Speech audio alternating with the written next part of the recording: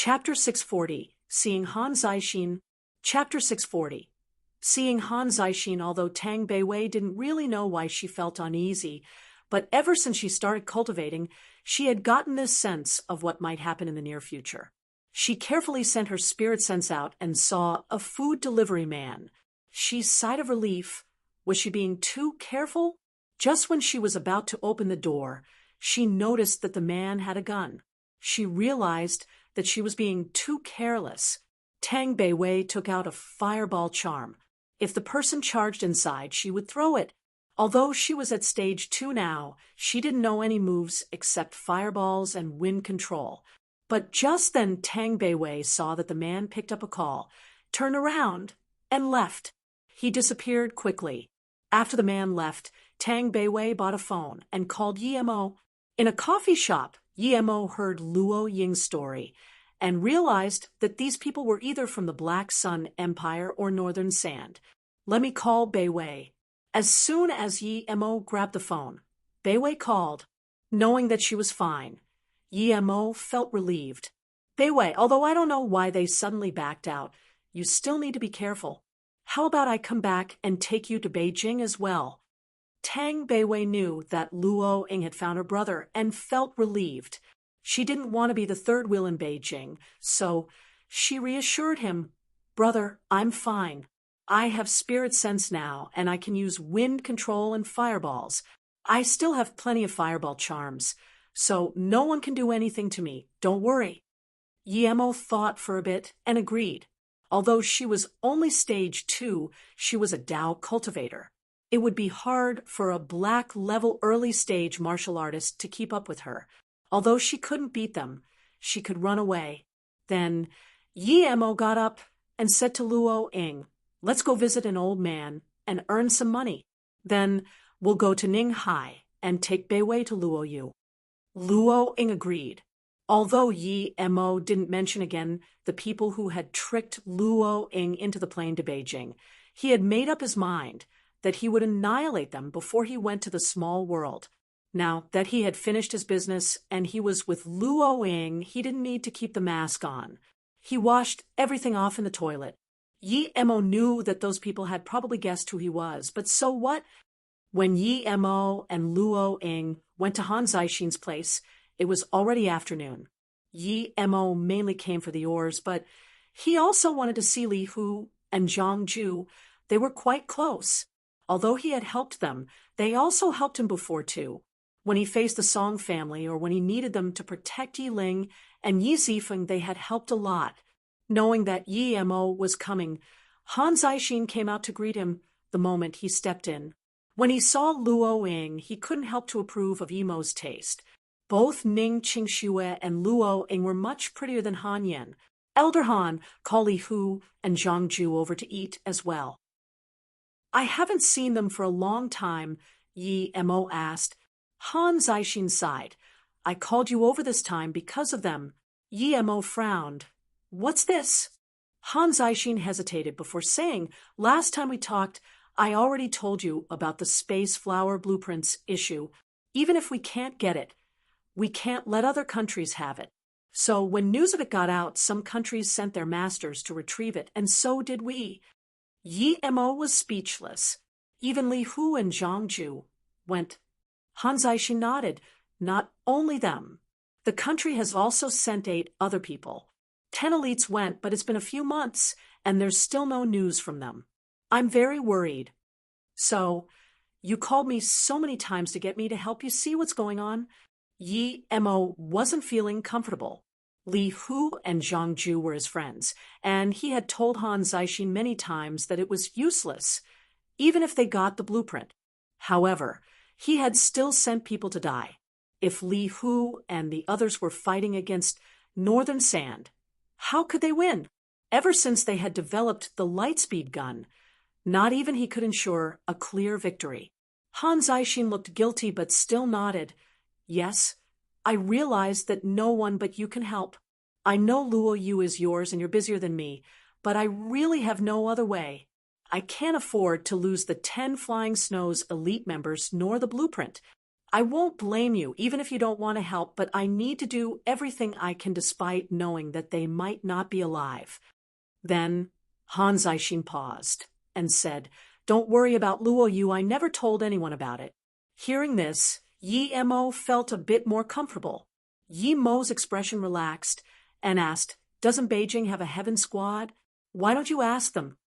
Han Zixin smiled bitterly. Ever since you fought with Tan Jiao, he went into solitary training. After the Hidden Sex tournament, Tan Jiao and Wan Qingfeng disappeared together.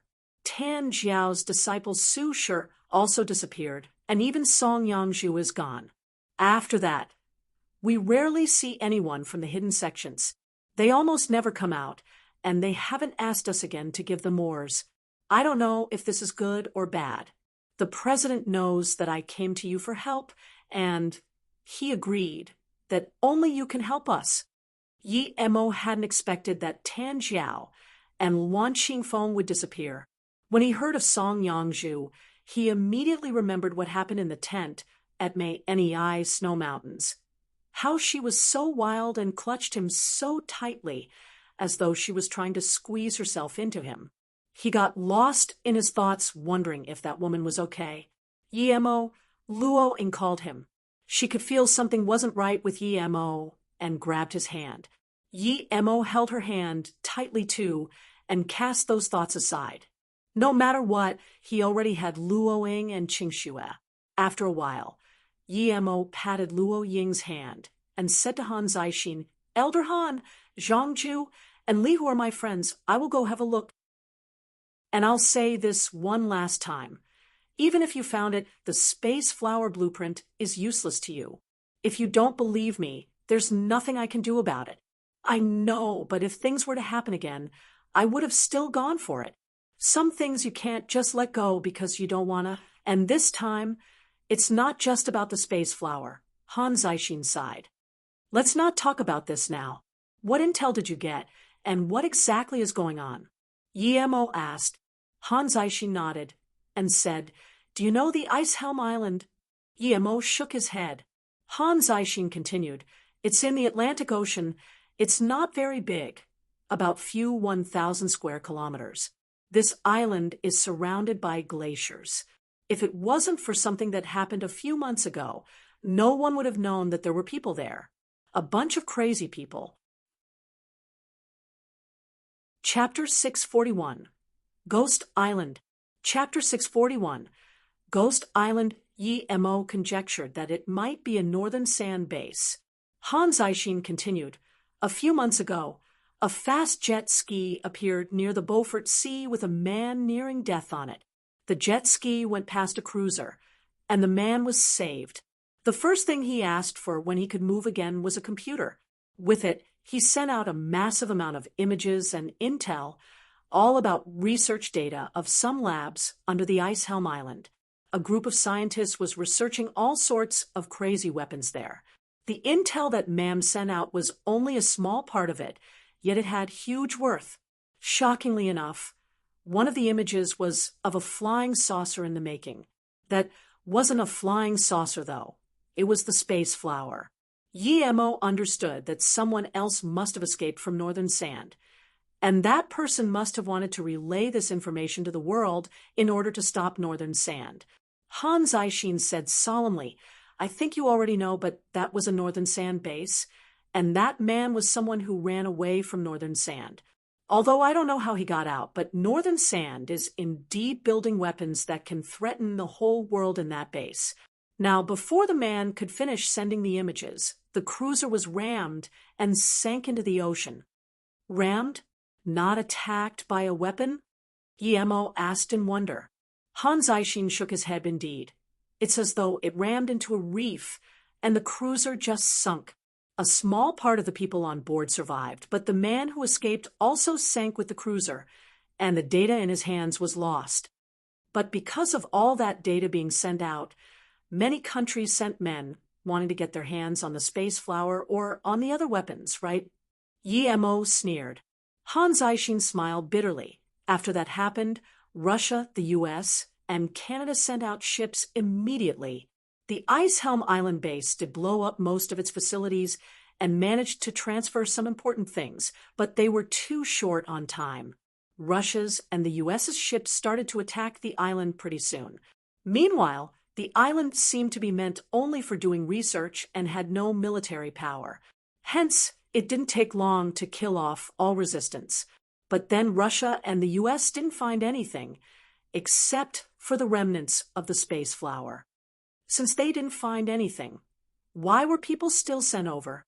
Yi Mo asked in wonder. Han Zixin sighed, because Northern Sand didn't have enough time to evacuate completely, and no one believed that Northern Sand would have destroyed all that valuable research unless it was really their last moment. They believed the person keeping the data must have hidden somewhere. More and more countries wanted to join the party, and they eventually came to the common ground that each country would form a special squad to send onto the island. The deal was that as long as there were no radiation or human race-endangering weapons, then each country got whatever their squad found. Did none of the special forces make it out alive?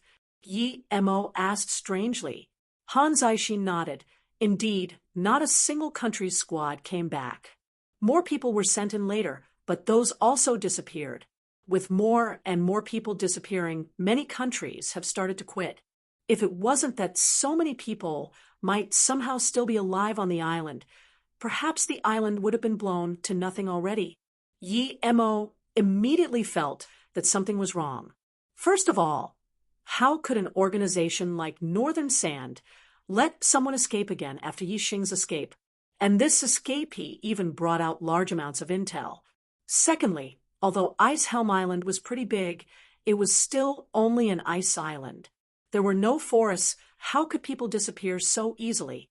Thirdly, the union that had formed would at most propose to form an international squad to go in and search such an important place.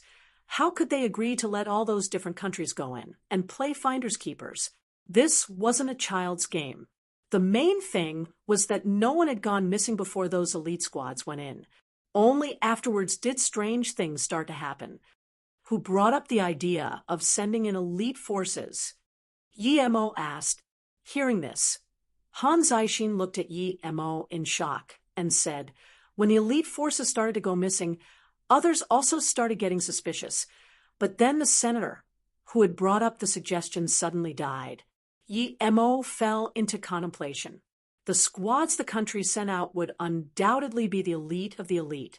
If this really had been a trap, why would Northern Sand want these elites? They weren't scientists. Han Zixin suddenly said, although Northern Sand has abducted scientists before, they never tried to abduct any of our special forces elites. Perhaps this has nothing to do with Northern Sand? Maybe something happened with the island. Yi Mo had thought as far as well and shook his head. You're right. They wouldn't do that because it would be pointless.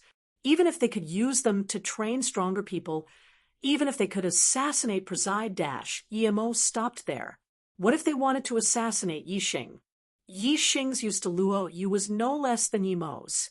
Without Yi Xing, Luo Yu might have lost last time.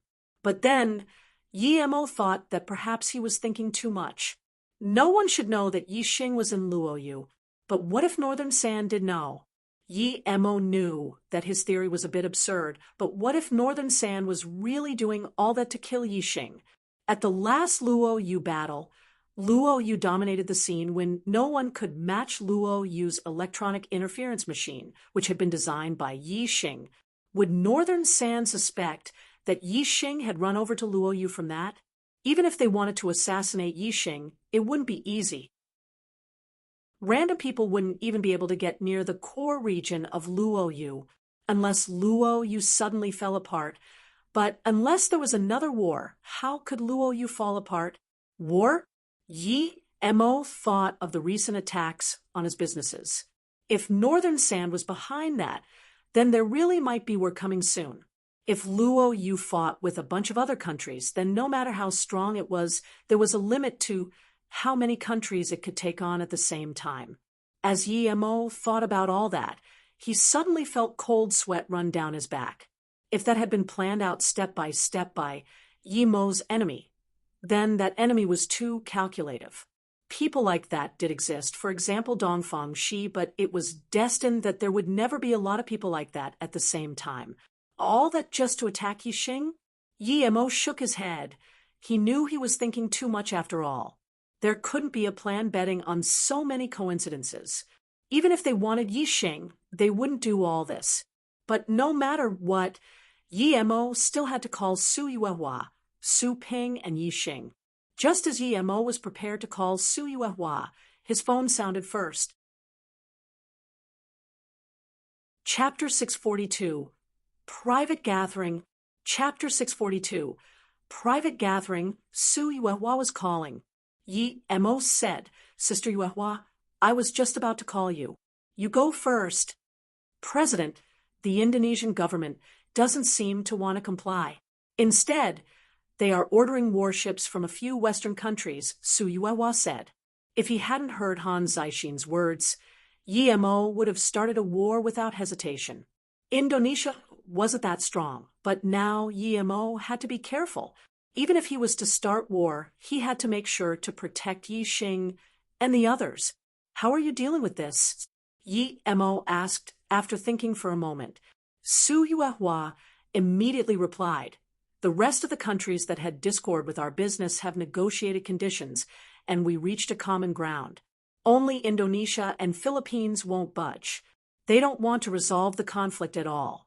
We've put on hold all cooperation projects, so they are currently asking for compensation." "Okay," Yi Mo nodded. "Luo, you wasn't afraid of Indonesia or the Philippines. You did well. Luo, you will now active the war protocol. Tell Yixing about this as well. I will be more specific when I come back. And one more thing, increase Luo Yu's security.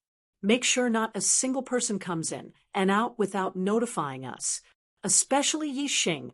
Tell him to stay safe. I suspect some people break into Luo Yu. Tell second brother this too," Yi Mo said. Su Yuehua said, "After what happened with our outlets, Luo Yu has already increased security. Don't worry, I know." Yi Mo was very satisfied with how Su Yuehua was handling things. Just when he was going to hang up, Su Yuehua started speaking again. "And there's one more thing I need to tell you. Liang Jun and Luna recently have been acting a bit dodgy. They want to go visit their homes. So I said we'll decide. Once you come back." Yi Mo's heart sunk. He had a bad feeling. Liang Jun and Luna were two of Luo Yu's scientists. They were a couple. They had even brought Luo Yu's new nuclear fission element. Most importantly, they had ran away from the Asian northern sand base. They wouldn't want to be caught again. So why were they choosing to leave Luo Yu at a time like this? No matter what, he had to go back and ask them.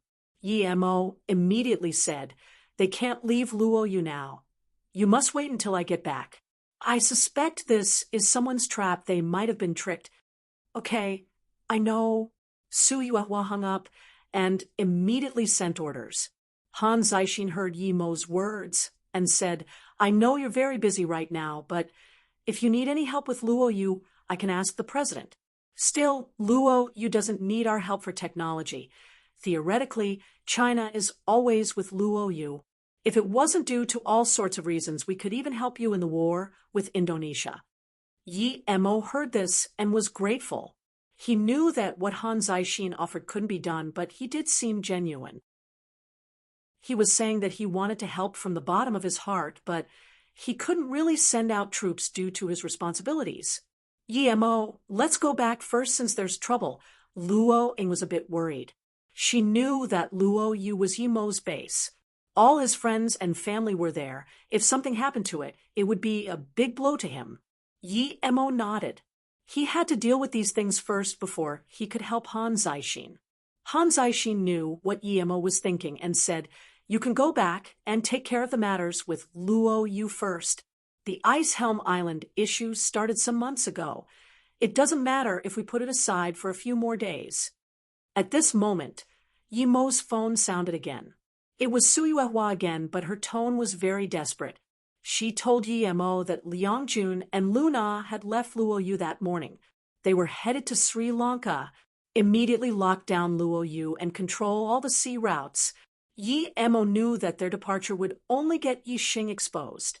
They might even spill out some of Luo Yu's military structures. In order to prevent similar things happening again, Yi Mo asked Su Yuehua to lock down Luo Yu without hesitation. After finishing this call, Yi Mo got up and said to Han Zixin, "Elder Han, I will definitely remember to go the Ice Helm Island. I will go after the problems with Luo Yu are solved. Zhang Ju and Li, who are my friends, I won't leave them like that."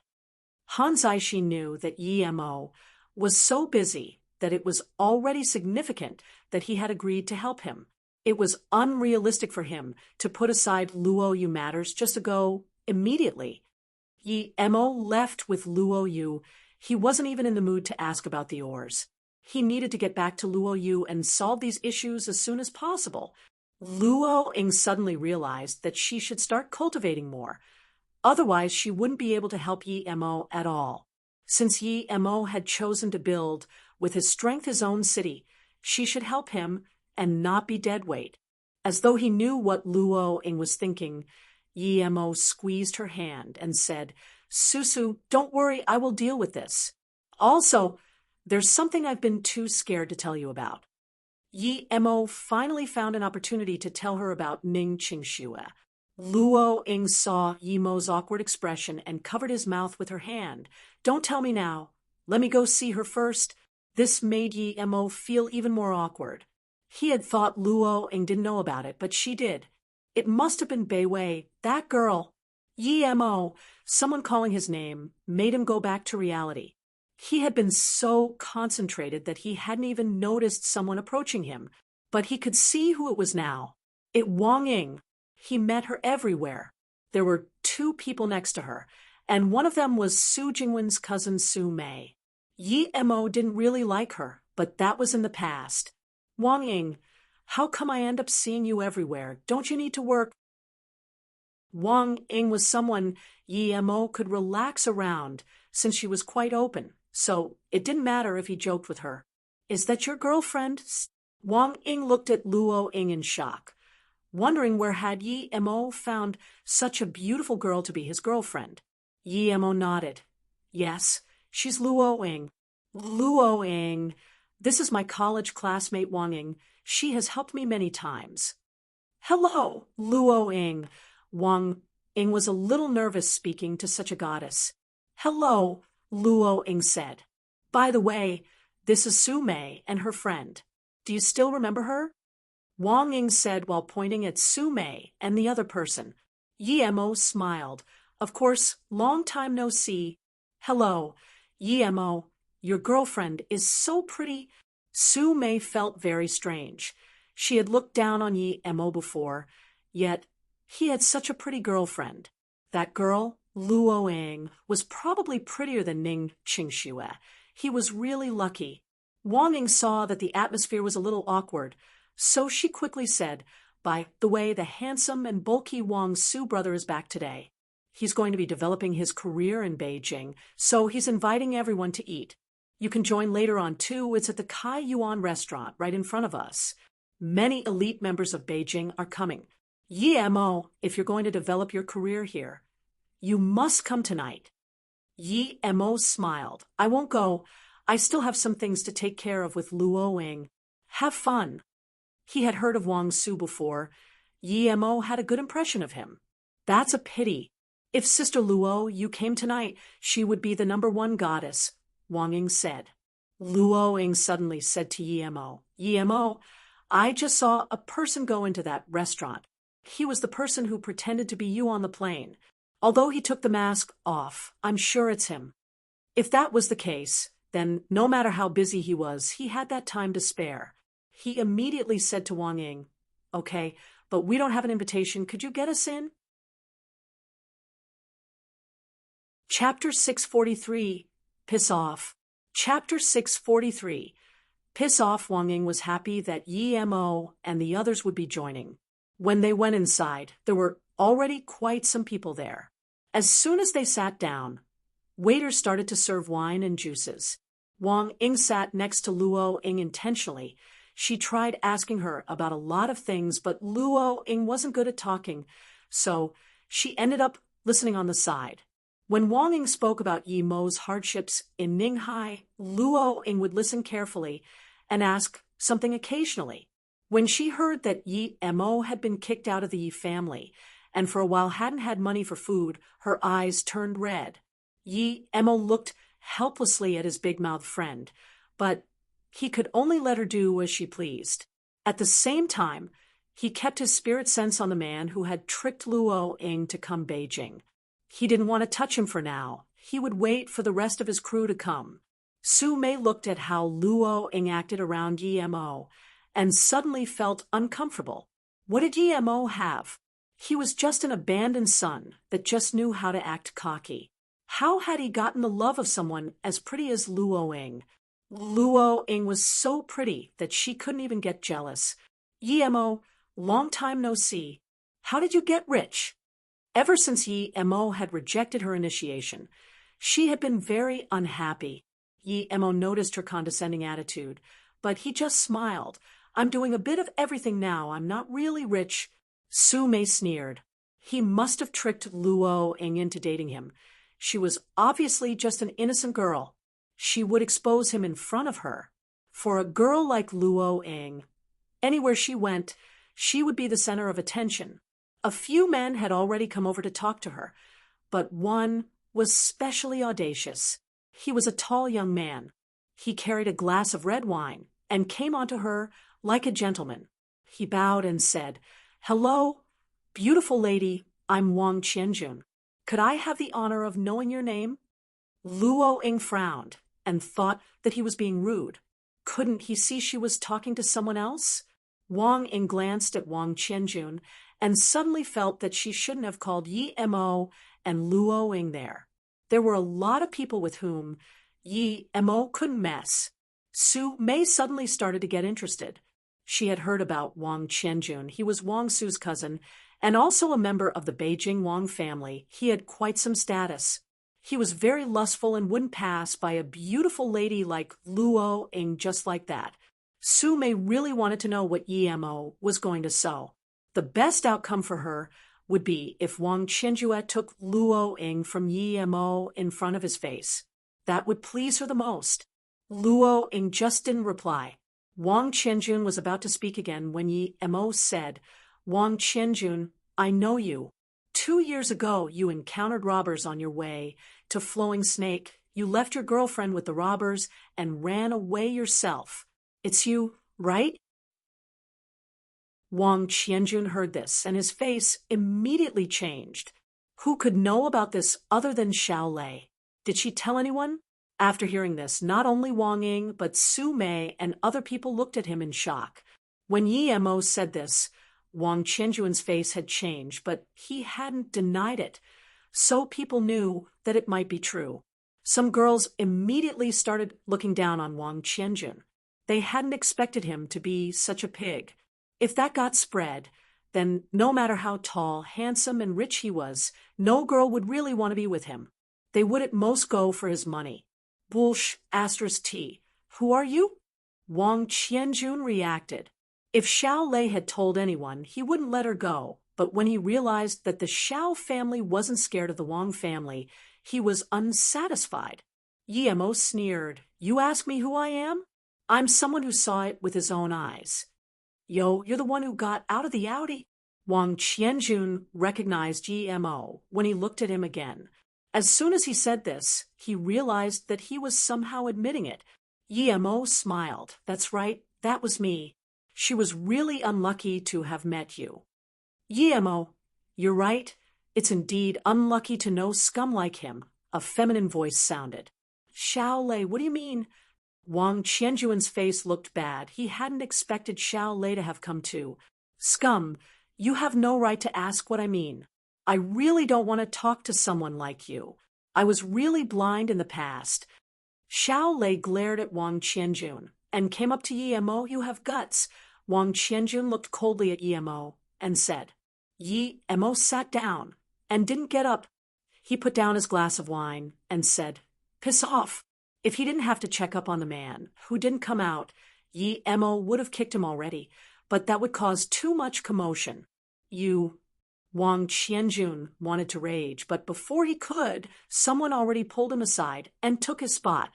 The person who pulled Wang Qianjun away didn't even look at him, and instead said joyfully to Yi Mo, "Ha, young master Mo, I didn't think I would see you at my welcome evening. I'm so lucky." It was Wang Su. Yi Mo had met him at Su Jingwen's birthday party. Yi Mo got up and shook hands with him. "I just happened to see Wang Ying and decided to come over. Long time no see." "Yes, long time no see. Oh, journalist Xiao is here too. Hello." Wang Su looked at Xiao Lei. In this moment, Xiao Lei saw Luo Ying and asked Yi Mo, this is Luo Ying, my wife." Yi Mo held Luo Ying's hand and replied, "Yi Mo, you're married?" Wang Ying and Xiao Lei asked at the same time. Wang Ying had thought Luo Ying was Yi Mo's girlfriend. Xiao Lei was even more shocked. She had always thought that it would be Ning Qingxue who would marry Yi Mo, but it was this girl. Xiao Lei really wanted to ask what Ning Qingxue was going to do. Although she wanted to ask really badly, she knew now wasn't the right time. "Congratulations. I didn't think young master Mo was married," Wang Su said in admiration. "Wang Su, today's the day you start working in Beijing. You're the next family leader that Grandpa chose. You don't need to waste your time with irrelevant people," Wang Qianjun said. Wang Su seemed to have just noticed Wang Qianjun's presence. He just said coldly, "Piss off, you dash." Wang Qianjun's expression changed. He didn't expect his cousin to be that rude. He was a direct cousin of the family lineage. How dare he insult him like this in front of a stranger? He looked hatefully at Yi Mo and left. Su Mei was astonished. She really didn't understand how an abandoned son had managed to become close with Wang Su. Yi Mo looked at Wang Qianjun and sneered. He didn't say anything. If Wang Qianjun came looking for trouble, it would be like looking to be crushed. Wang Su ignored Wang Qianjun and said to Yi Mo and the others, "Have a seat. I need to greet some more guests." Yi Mo nodded. Then he saw another two people go into that room. From their faces, he could tell that they already knew he and Luo Ying were there. Since they had come, it meant that they also knew Wang Su. "Luo Ying, you're really pretty. Did you just marry Yi Mo?" Xiao Lei felt that she was simple compared to Luo Ying's beauty and felt a little sour. Luo Ying smiled. That gesture was like 100 flowers blooming. Even Xiao Lei lost her mind for a second. "Yes, Yi Mo said that when we go back we'll have a big wedding." Chapter 644. Luo Ying's Anger. Chapter 644. Luo Ying's anger. Together with the two men who entered the room, another man and woman also went inside. Including the first guy, there were 5 people in the room now. He actually knew the woman who just went in. She was Sister Ling, the one he had taken the extreme energy stone from. Yi Mo had found out later on from Lu Na that she was her sister Lu Lin. Theoretically, she should have been punished by Northern Sand. So why was she still there? Moreover, the rest of the people seemed to be getting along well. The moment he saw Lu Lin, Yi Mo knew why Lu Na and her boyfriend had left Luoyu. It was due to her sister. Yi Mo felt something wasn't right. These people were undoubtedly from Northern Sand, but was Northern Sand really that easy to talk to? The extreme energy stone was too important, and Lu Lin had lost it. How could she still be fine? But no matter what, since he had seen Lu Lin there, then Luna might also come there. He just had to keep an eye on these people. He must not allow Lu Na to spill Luoyu's security details, even though she didn't know much. Thinking about this, Yi Mo suddenly got up and said to Luo Ying, "Wait here for me. I have some business to take care of. I'll be back soon." Luo Ying nodded. "Go. I will wait here for you." She of course knew what Yi Mo was doing. She was very confident in his power. Yi Mo said goodbye to Wang Ying and Xiao Lei before leaving. He wanted to get inside to spy on them, but for that he had to go out first.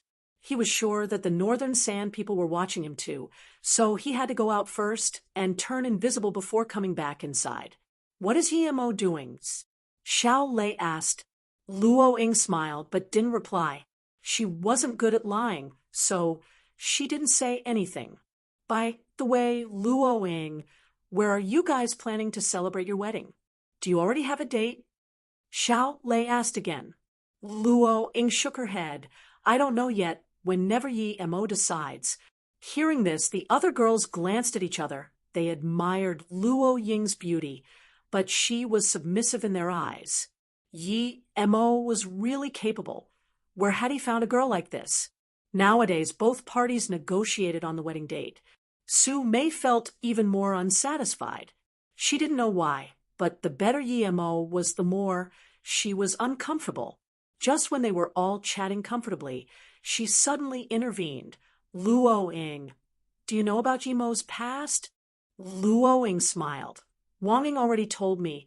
I already know everything. No, I'm not talking about that. A test at the hospital showed that Yemo was impotent.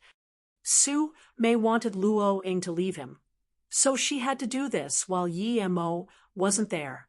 Wang Ying's expression changed drastically. Su Mei, why are you talking about this? Yemo is also our classmate.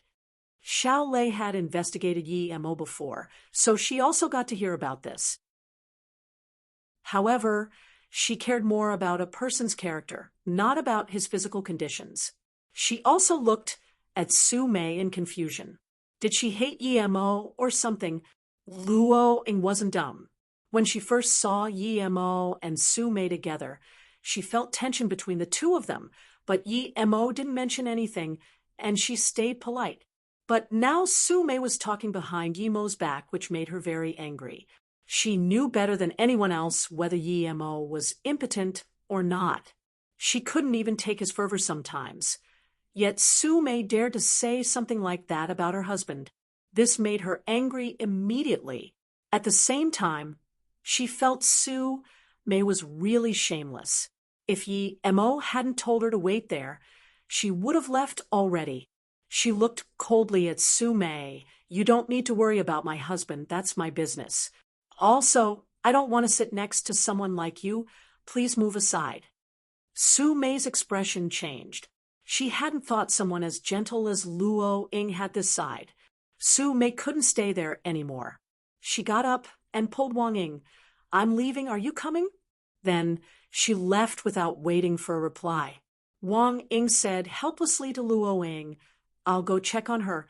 Although she didn't like the way Su Mei was talking, she was her still good friend, and she couldn't just let her leave like that. When Wang Ying caught up with Su Mei, she said unhappily, Luo Ying is like a goddess. Why did you say that? You went overboard. Su Mei sneered. I'm doing this for her benefit. It'd be such a waste if someone like her got tricked by Yemo, but now it seems like she deserves it. What's wrong with Yemo? I feel he's really nice. I really don't understand why you hate him. Also, he's not that anymore. Wang Ying was angry. He's not? How do you know? Have you been to bed with him? Su Mei was getting fired up too. Hearing Su Mei's words made Wang Ying unhappy. Don't say that, but Yemo is fine. His sister told me. So it's not like that, and I think you need to calm down. Su Mei sneered. Yiling is Yemo's sister. How would she know? Who are you lying to? Wang Ying was angry now too. She sneered. Yiling's dorm mate. Tianhe told Yiling. Can that be fake? Su Mei suddenly took out her phone, looked at Wang Ying, and said, Wang Ying, I know you're trying to speak up for Yemo, but I happen to know Tianhe. She's in the same company as me. I'll call her right now so you can hear for yourself. Wang Ying was dumbfounded. She didn't understand why she was so serious about such a small matter. Su Mei's call went through quickly.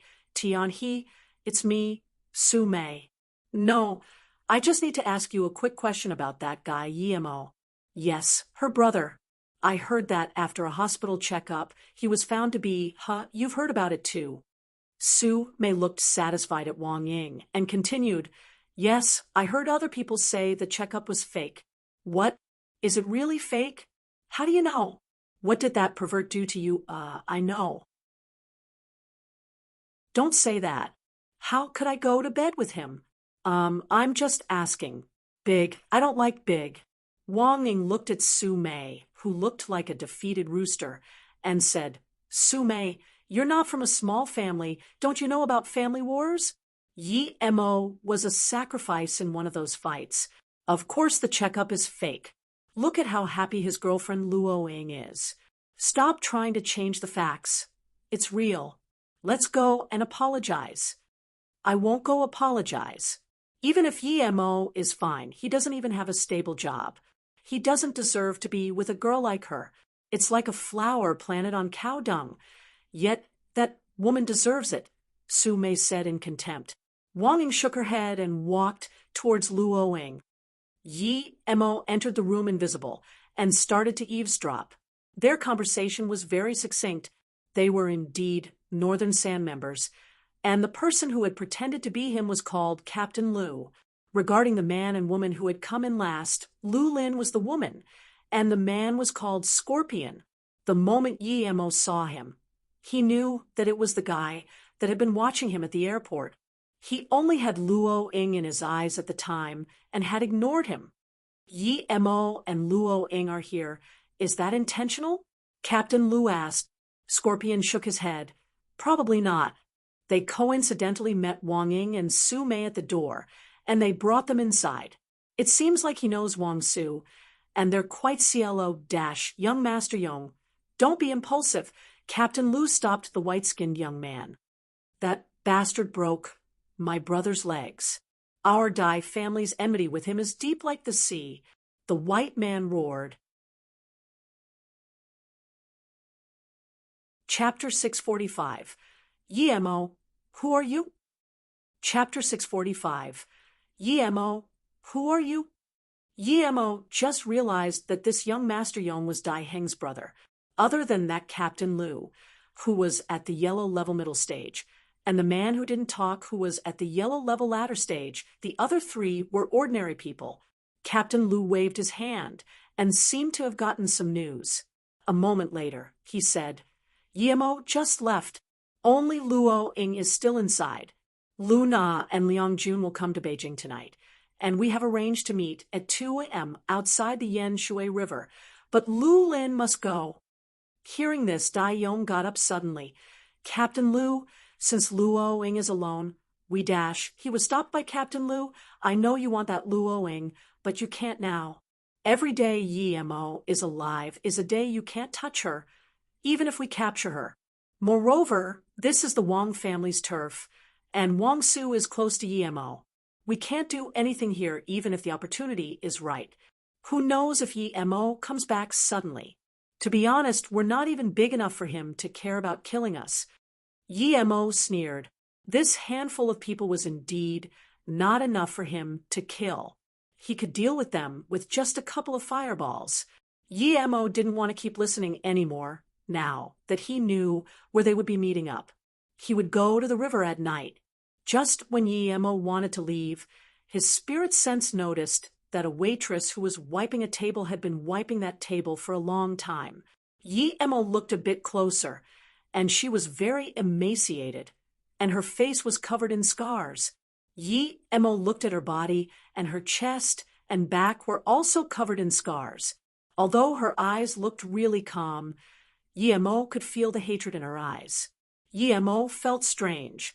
The woman gave him a sense of familiarity, but he couldn't remember who she was.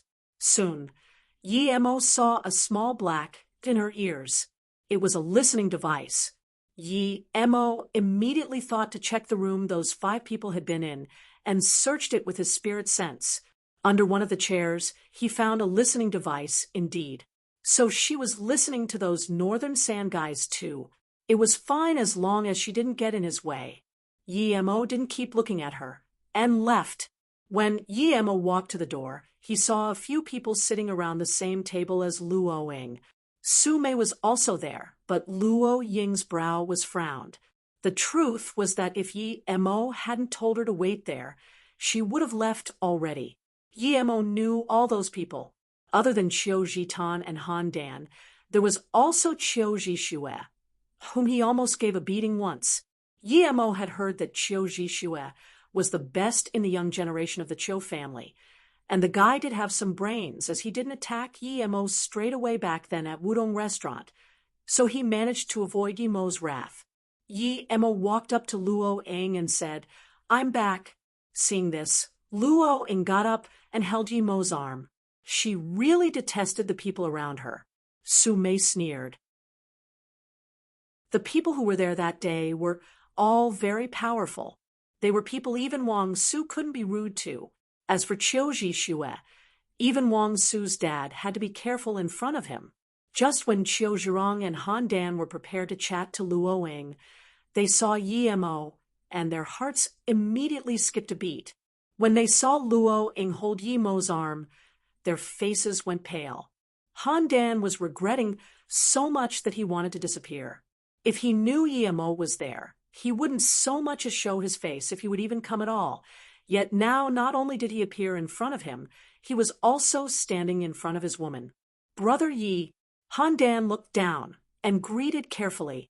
Young Master Mo. Qiu Zhirong didn't have his previous alpha male vibe anymore either. "Young Master Mo, I didn't think you would be coming here. It's really an honor."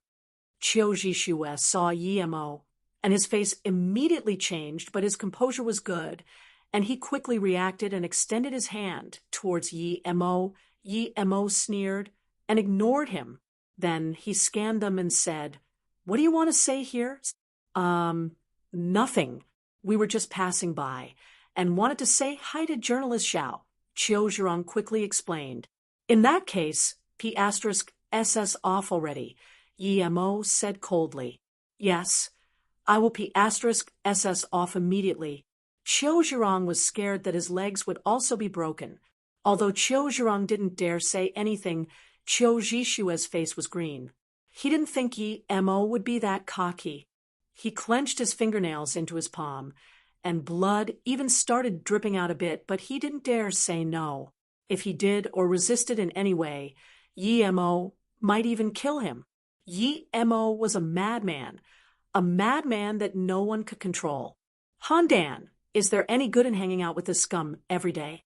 Don't lose face for Han Zaixin. P*SS off too." Yi Mo felt annoyed thinking that Han Zaixin was trying to fight the Northern Sand people while his descendant was hanging out close to them. "Yes, Brother Yi, I will leave immediately." Han Dan quickly left. Qiu Jishue also wanted to leave, but he was stopped by Yi Mo. "You wait, I still have something to ask you." Although Qiu Jishue wanted to shoot Yi Mo and eat his flesh on the spot, he had to stop and listen to Yi Mo. Su Mei was astonished. These people who were too powerful for her to even talk to were acting like rats in front of a cat. Even Qiu Jishue was like this. She didn't want to believe it, but that was the reality. How could Yi Mo do all that? Su Mei wanted to scream. "Yi Mo, who are you? Wasn't he the abandoned son of the Yi family?" "Young Master Mo, I heard you're in Beijing, so I came to greet you." "Haha, you're here indeed." A man with a loud voice ran over. Su Mei didn't know this person, but from how everyone greeted him when he walked over, she knew that he was even more powerful than Qiu Jishue. Qiu Jishue also greeted, "Chief Du, I didn't think you'd be here too." "Oh, Jishue, you're here too." "Haha, I came to see instructor." The middle-aged man changed the title he used for Yi Mo. "Yes, young master, Mo was going to ask me to something, so here I am," Qiu Jishue said. Yi Mo smiled. "Captain Du, you got news from Elder Han, right? Also, don't call me instructor, that sounds too distant." Yi Mo did indeed know Du Tao very well. He was Flying Snow's instructor, and also the vice chief commander of Beijing. Chapter 646, Yan Riverbank. Chapter 646. Yan Riverbank, seeing that Yi Mo was just talking to Du Tao and hadn't even looked at him, Qiu Jishue decided to keep enduring it and asked young Master Mo, "Do you need me for anything? If not, Even Du Tao stopped at this point. Although his status made Qiu Zhixue respect him, it really was nothing compared to the Qiu family, so he couldn't just ignore Qiu Zhixue. Yi Mo glanced at Qiu Zhixue and said, I heard Li Chuyang was targeted by the Qiu and Dai family? He even has to go to jail, right? Qiu Zhixue heard this, and he was mind blown. If Yi Mo was going to intervene in that, then their two families wouldn't have a certain victory anymore. Yi Mo was an unreasonable madman who even the president, the Han family, as well as the fading out Zhang family, were helping. But now that Yi Mo had asked, he couldn't just not answer. He quickly said, There's no such thing. I'm very close to Brother Chuyang. He's just assisting with the investigation a bit. He'll be fine in no time. Yi Mo didn't want to intervene in these fights. So he said plainly, Li Chuyang has helped me quite a lot. I'm not interested in your business, but I don't want anything to happen to him. Take my word. My patience is limited. If I don't hear news from him quickly, I will go visit your family. Threats. His words were purely threats. Yi Mo didn't even want to know what was going on. Yet he asked for them to let go of Li Chuyang. Li Chuyang was an elite of the Li family and had a similar status to his. If they had to let go Li Chuyang, it would be like a slap in the face. Luckily, Yi Mo said that he wasn't interested in their fights, although Qiu Zhixue really wanted to tell Yi Mo that he wasn't even in charge of it and to just please mind his own business. He didn't dare to. Yes, I will let them know. Qiu Zhixue suppressed his anger. He really wondered if the Dai and Qiu family together could take on Yi Mo or not, because this involved family battles between the Dai and Qiu family. Du Tao didn't intervene. He knew that only Yi Mo would dare talk about it. Other people didn't even dare mention it. After being told off by Yi Mo, Qiu Zhixue no longer had the face to stay there. He didn't even say goodbye to Wang Su, and just left. Xiao Lei looked at Yi Mo speechless. The gathering had just started, and Yi Mo had already kicked 4 people away. Yi Mo smiled and greeted the people he knew before leaving with Luo Ying. When she saw Yi Mo and Luo Ying leave, Su Mei came back to her senses. She hesitated before looking at Xiao Lei and asking, Journalist Xiao, how is it that Yi Mo is this so dash? Xiao Lei suddenly got bored after Yi Mo left. She got up too, and just smiled at Su Mei, but she didn't answer.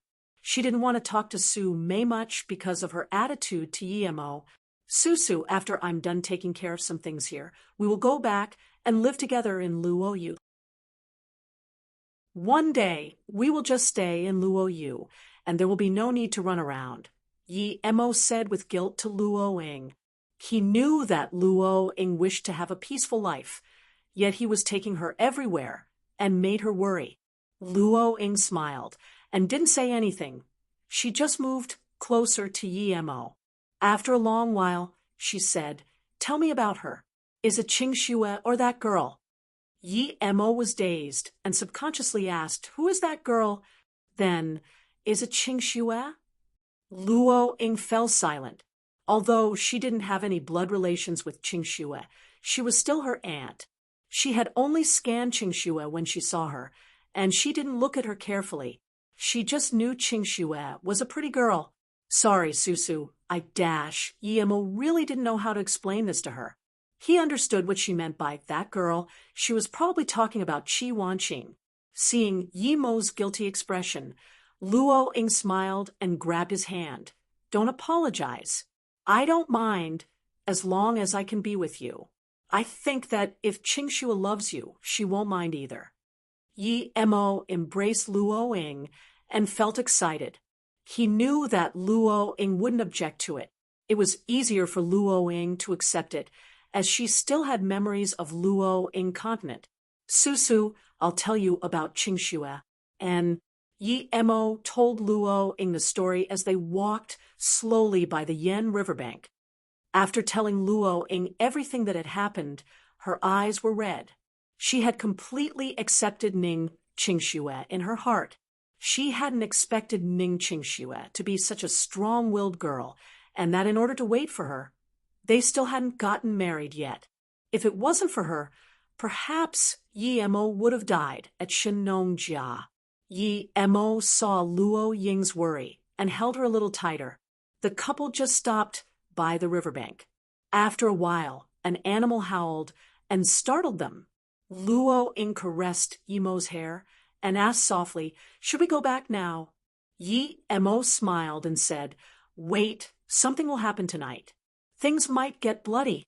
How about I take you to the hotel and come pick you up after I'm done?" Luo Ying shook her head. "No, I will go with you." "Okay, we'll do that then." Yi Mo didn't try to persuade her. Regardless of whether she would get her memories back, there were some things people had to face living in this world. "Susu, did you have a look at the diary I gave you last time?" That book was the most important thing that could help her awaken her memories. Luo Ying said quietly, "Not yet. I'm still learning the Luo Yu words you taught me. I want to read it after I learn them." "Okay, remember to tell me once you're done," Yi Mo said with a dirty smile. Luo Ying blushed.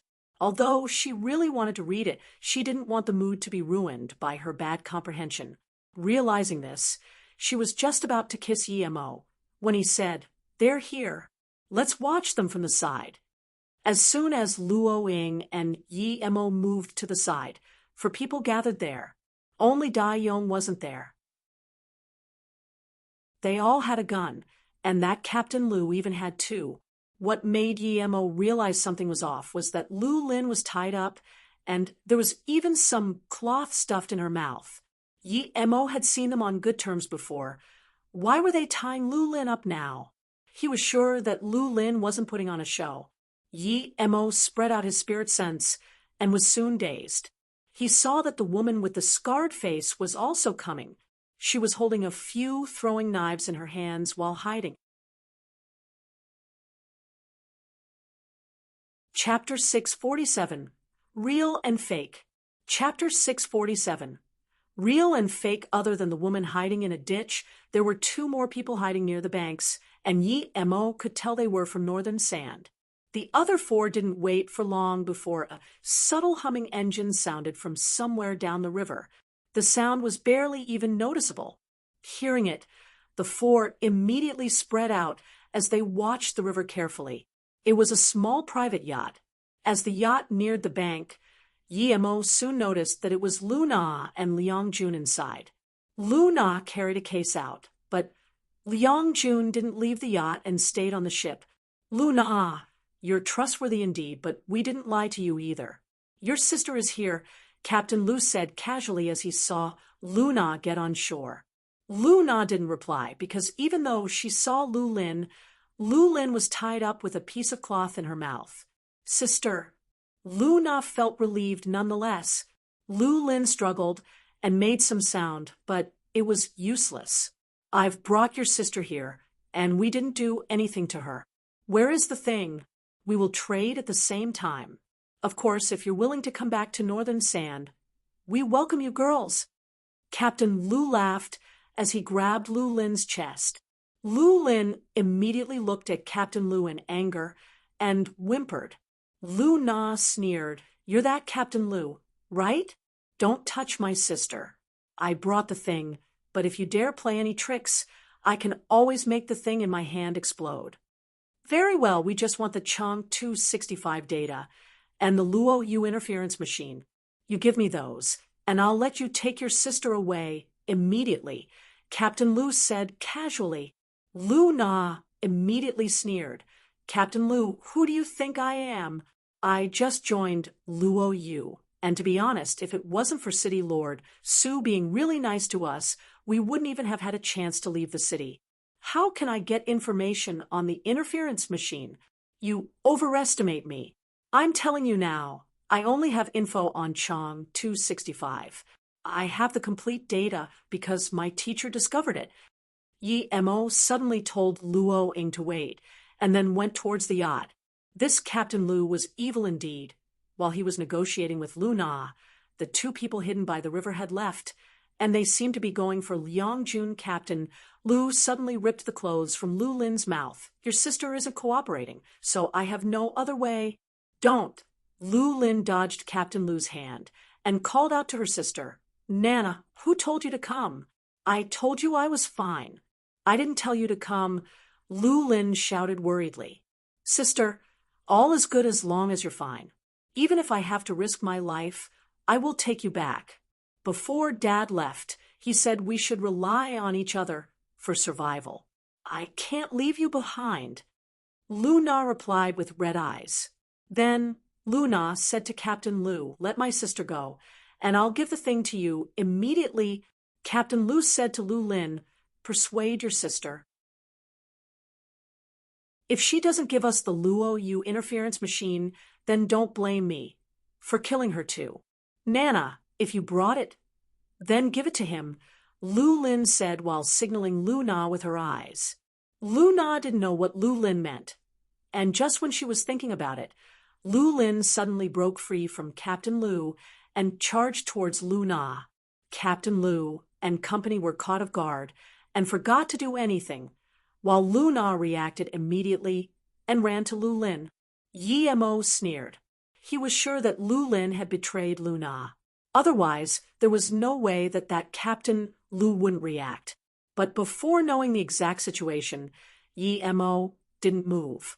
He really wanted to know how much intel Luna had brought out. If Luo Yu's important intel was that easily taken out, then that would mean they had a huge security risk. However, what everyone didn't expect was that when Lu Lin was still 2 meters from Luna, a flying dagger shot out from a nearby ditch into Lu Lin's throat. Lu Lin stopped in her tracks, and she subconsciously held her throat. She gurgled before falling to the ground. Sister. Luna was dumbfounded by the scene and cried out, Nana, I'm right here. I'm not dead. I am your sister Lu Lin. That woman is a fake. A woman in black clothes came out with her eyes staring closely at Captain Lu and company. Her voice was very coarse. Yi Mo realized only then that this woman who had her face ruined was Lu Lin. No wonder she had shown such strong hate. Thinking about how that extremely busted woman became a bony woman with a destroyed face, Yi Mo felt a little sad. He knew that it was related to him. If it wasn't for him, Lu Lin wouldn't be in her current state. Sister? Luna looked at that extremely thin person and couldn't connect it to her sister. She was sure that Lu Lin never wore any disguises. So why did this woman say she was her sister? But she could feel the concern this black-clothed woman had for her. She underwent plastic surgery? Lu Lin wondered. Hearing this, Yi Mo realized it was no wonder he couldn't tell anything before. That day when you saw Mother, don't tell anyone. Only we can know. The black-clothed woman spoke while keeping her eyes on Captain Lu. Sister. Luna finally realized that this disfigured person was her sister. She hugged her sister's back and cried. The moment Luna hugged her, Lu Lin knew it wasn't good. Captain Lu and company pulled out their guns and fired shots. Captain Lu sneered. Lu Lin, even if you ran away, you still have to pay the price today. Lu Lin immediately realized that she had been too excited. How could she hug her sister at this time? She would stop her sister from pulling out the knives. But there was no medicine for regret in this world, and gunshots sounded loud and clear. She could even feel a bullet was flying towards them. She laughed in despair. So what if we die? It's worth it to die with sister. However, even after many shots, Lu Lin and Luna were shocked to discover that they hadn't been shot and were still standing. Not far in front of them, a figure stood there. Although it was night, Luna still recognized that it was Yi Mo. He had blocked all the bullets and saved them. Yi Mo looked at the bullets and smiled to Captain Lu. You're from Northern Sand, right? It's you? Yi Mo, we didn't mess with you. So why are you fighting us again? We've already agreed to your conditions in Jiutang, haven't we? Captain Lu saw Yi Mo, and his heart sunk to the bottom.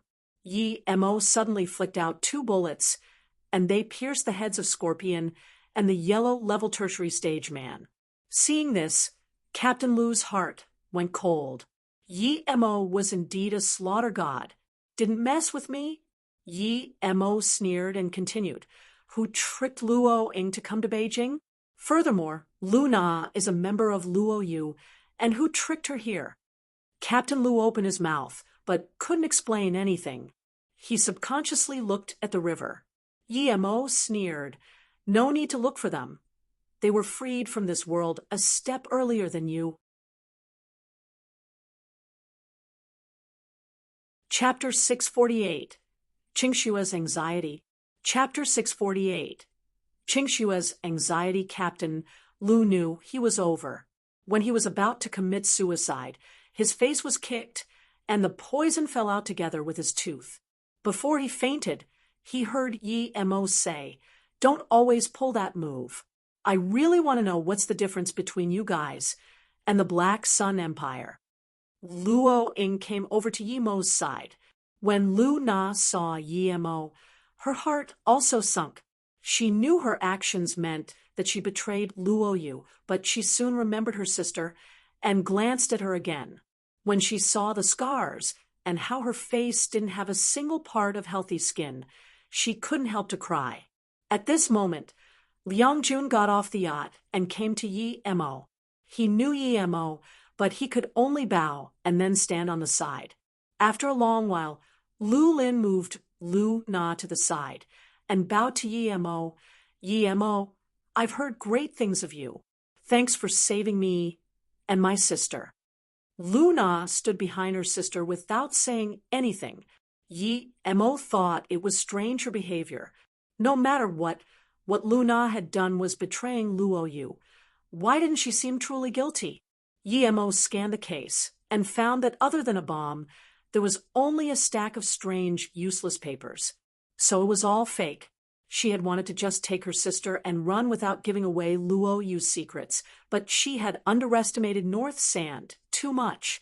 Even if she had brought the real things, she wouldn't have been able to get away if she hadn't encountered him. Sorry.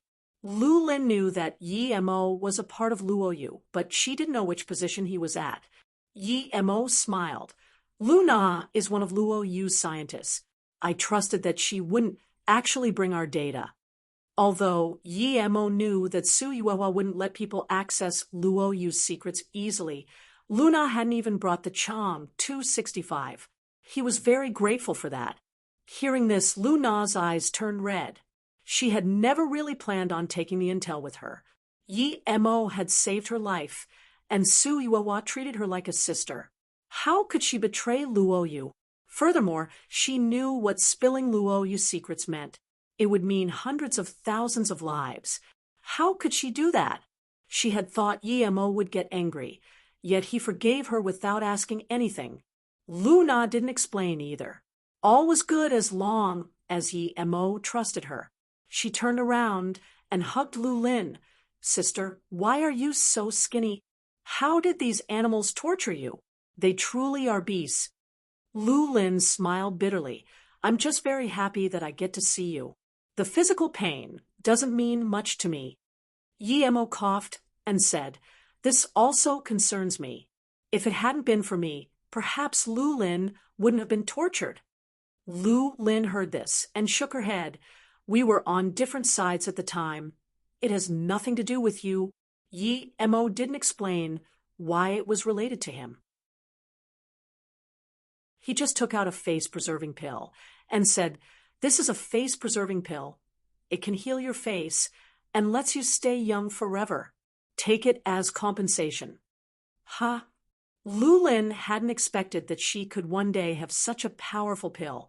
She was dumbfounded. She had heard of it, of course, but there were very few of them in the world. It was said that the Princess of Northern Sand had gotten one, but Northern Sand had to spend many hundred millions to get it. "Brother Yi, thank you." Lu Na thanked him. Then she hurried her sister to go inside the yacht and take it. Seeing that Yi Mo wasn't going to punish them, Liang Jun finally could rest assured. He liked Luo Yu, but Lu Na had to save her sister, so he could only come with her. After Lu Lin left, Lu Na noticed Luo Ying's presence, which confused her. She knew that Ning Qingxue was Yi Mo's wife. How was he with another woman now? Had he dumped Sister Qingxue? However, she kept these thoughts for herself. She couldn't ask about it. Half an hour later, Lu Lin took out a mirror and saw her recovered face. She immediately started crying out of happiness. Who would want to have their face destroyed? She was only a little skinnier, but she had much better temperament than before. Sister, are you okay now? Lu Na charged inside and hugged Lu Lin again. Her sister was the only relative she had in this world. Where do we go now? Lu Lin asked. Sister, come with Liang Jun and me to Luoyu. It's really pretty and welcoming. Lu Na immediately thought of Luoyu. They really didn't have anywhere else to go except there. Lu Lin looked hopeful, but will Yi Mo agree? In that moment, Yi Mo walked inside with Luo Ying and smiled. Of course, you can get a plane to Luoyu tomorrow. He had interrogated Captain Lu, and the reason why they had gone after Lu Na. They had managed to contact Lu Na from her private social media account. This made Yi Mo feel that they should tighten Luoyu's network security, but Yi Xing really couldn't do everything by himself. Yet Captain Lu was just a pawn, and he only knew that the Dai family had joined Northern Sand. That night, Yi Mo went back to Ninghai and took his sister Tang Beiwei to Beijing, where he was going to leave her. Luoyu was about to go to war, and he didn't want Tang Beiwei to be by herself in Ninghai. The next morning, Yi Mo went to visit Elder Han and scanned the rare ores storage. He found another small piece of gung metal essence and blue-silver sand. He then took Luo Ying, Beiwei, Liang Jun, and the Lu sisters to Qinghong Airport. As soon as they arrived to the airport, they encountered Li Qiuyang. He had lost a lot of weight. He thanked Yi Mo for saving his life. Li Qiuyang knew that other than Yi Mo, no one could help him. They weren't that close, yet Yi Mo had really helped him. The Dai and Qiu family indeed didn't dare go against Yi Mo. They knew that even Northern Sand feared him, and that he had certain status in Luoyu. Moreover, Yi Mo had just said to let Li Qiuyang go, so they didn't dare not to listen. Yi Mo rejected Li Qiuyang's invitation because he realized it was his grandfather who was really inviting him. Li Qiuyang sighed. He knew that the reason Yi Mo had saved him was because he had helped him a few times. It was impossible, at least for now, to ask Yi Mo to help the Li family. There were still a few hours before the plane arrived to Luoyu Airport, but Ning Qingxue had gone very early. She was anxious. She was going to see Luo Ying today, and she hadn't thought of what to say to her aunt yet. Chapter 649. Together, Chapter 649. Together, immediately after Yi Mo left Beijing, everyone in Beijing got word of what had happened. That mattered especially to the Dai and Qiu family, because if Yi Mo left then, that meant that he was keeping his word and wouldn't be intervening in the Beijing matters. The Li family leader also sighed. Although he knew all along that Yi Mo wouldn't come, he was still very disappointed. If Yi Mo could so much as just have a chat at their house, it would be an immeasurable help even if he did nothing. But after sighing, the Li family leader also rejoiced. It would make the Dai and Qiu family at least have some concerns that Yi Mo had saved Li Qiuyang. Regardless, from how Yi Mo was able to order a plane to leave from Beijing to Luoyu whenever he wished, one could guess that his status wouldn't be low in Luoyu. After all, Luoyu had been restricting flights ever since the vandalism at their international stores. At the same moment, the Yi family was holding a very important meeting. After a few changes, the family leader position had come back to Yi Beirong. Although he really wanted to give it away already, Yi Zifeng, whom he had chosen, had already gone to Luoyu. To be honest, Yi Beirong didn't feel too well about Yi Mo having come to Beijing without visiting the Yi family. He knew that the Yi family owed the three siblings quite a bit. Yi Wenke was Yi Beiguang's son, because Yi Wenqi and Yi Wenjin left Beijing and died. He was the most important figure in the second generation. Thinking similarly, he asked in confusion, "Uncle, Yi Mo is also a part of the Yi family, and the reason why our family is still in Beijing is greatly due to him. I'm sure that he's the reason why they didn't touch the Yi family. And now it is clear that Yi Mo has enmity with the Qiu and Dai family, and he even beats them without concern. Why then are we still joining them to take on the Li family?" Other people also looked at Yi Beirong after this question was asked. Yi Beirong sighed. If Yi Wentian was alive, he would be able to see what his intention was. It seemed the Yi family was really falling. He still had to answer, though, so Yi Beirong said, "So, you know that the reason why no one dared challenge the Yi family is due to Yi Mo. Hence, without Yi Mo, although we won't be completely taken, we will no longer be able to be a part of the 5 big families. I don't think I have to tell you that other people can find out about the problems between us and Yi Mo, and we're just supporting the 2 families but not really doing anything. They know that too, but even if they know what our intentions are, they can't come and attack an ally. So we can only earn the greatest benefit if we support the 2 families. But if we support the 2 families, then won't we be fighting the Li family? Yi Mo can't be really happy about that, right?" Yi Wenke asked. Yi Beirong shook his head. "You still haven't seen the essence of the matter. The Li family won't fight the Yi family. We aren't taking any real action against them, and even if we did, they wouldn't fight us. They wouldn't want to leave a bad impression on Yi Mo. As for Yi Mo, he doesn't care about these sort of things at all. And even if he did, no matter what he thought of it, he wouldn't do anything to the Yi family." Yi Long finally understood what the family leader meant. The Li family would indeed not use their main force against the Yi family, no matter which side the Yi family stood on. They might perhaps even help the Yi family in some ways. So it could be said that this was the best decision. Knowing what Yi Long thought, Yi Beirong said, "I was very worried before, when Luo Yu was developing in Flowing Snake, but now that they moved to Luo Yu and invented the most advanced defense system in the world, I can rest assured. Yi Mo is a prodigy, and everyone in the Yi family, including myself, missed that.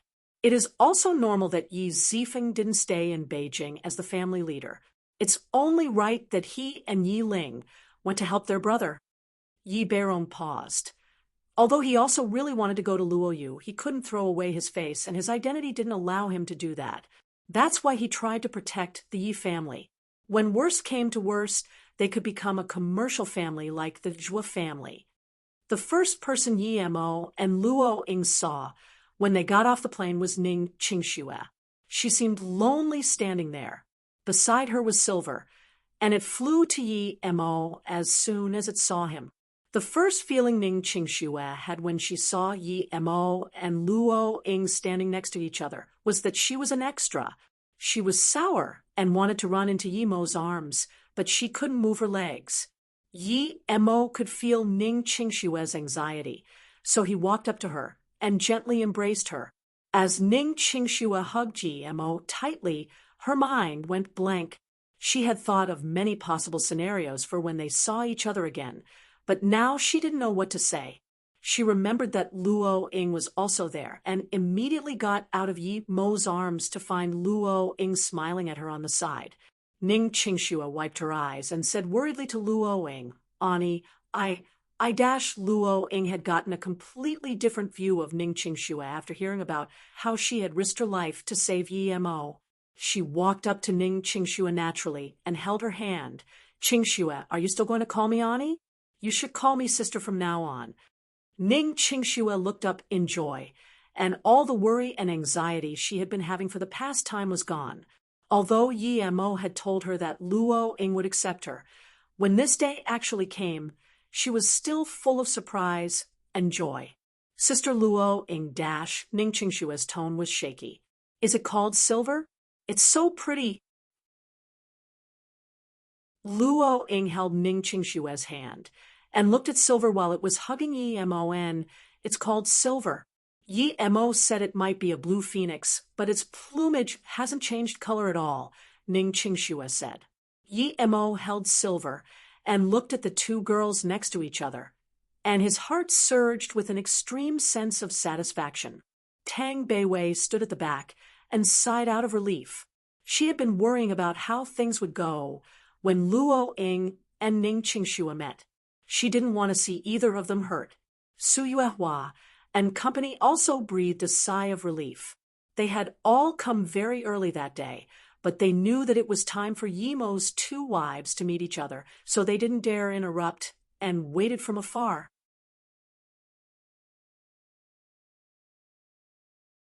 Chapter 650. Fighting to be Friends. Chapter 650. Fighting to be friends. Tang Beiwei liked Luo Ying more, whereas Yi Ling preferred Ning Qingxue. Su Yuehua was very happy that Yi Mo had managed to bring both Lu Na and Liang Jun back. Although they hadn't taken a lot of intel, they had been living in the core sector of Luo Yu. They had seen a lot of things. No matter how strong-willed a person is, it would be hard for them not to spill anything when being tortured. Yi Mo really wanted to have a private conversation with Luo Ying and Ning Qingxue, but he knew that Luo Yu was still in trouble. If it was dealt with properly, Luo Yu would keep soaring in the sky, but if not, they would lose everything. Hence, he gathered at the big meeting room with Su Ping, Su Yuehua, and the others immediately. Ning Qingxue and Luo Ying didn't participate in this meeting because they still had a lot of things to talk about. Furthermore, Ning Qingxue was only responsible for the financial sector. She didn't have to participate in these military meetings. Although Yi Mo frequently left Luo Yu, he knew everything that had been going on. Yi Xing had planned everything. Yi Mo got very happy each time he came back. The basic outline of the city was already built, and the air was very fresh, no rotten ocean smell.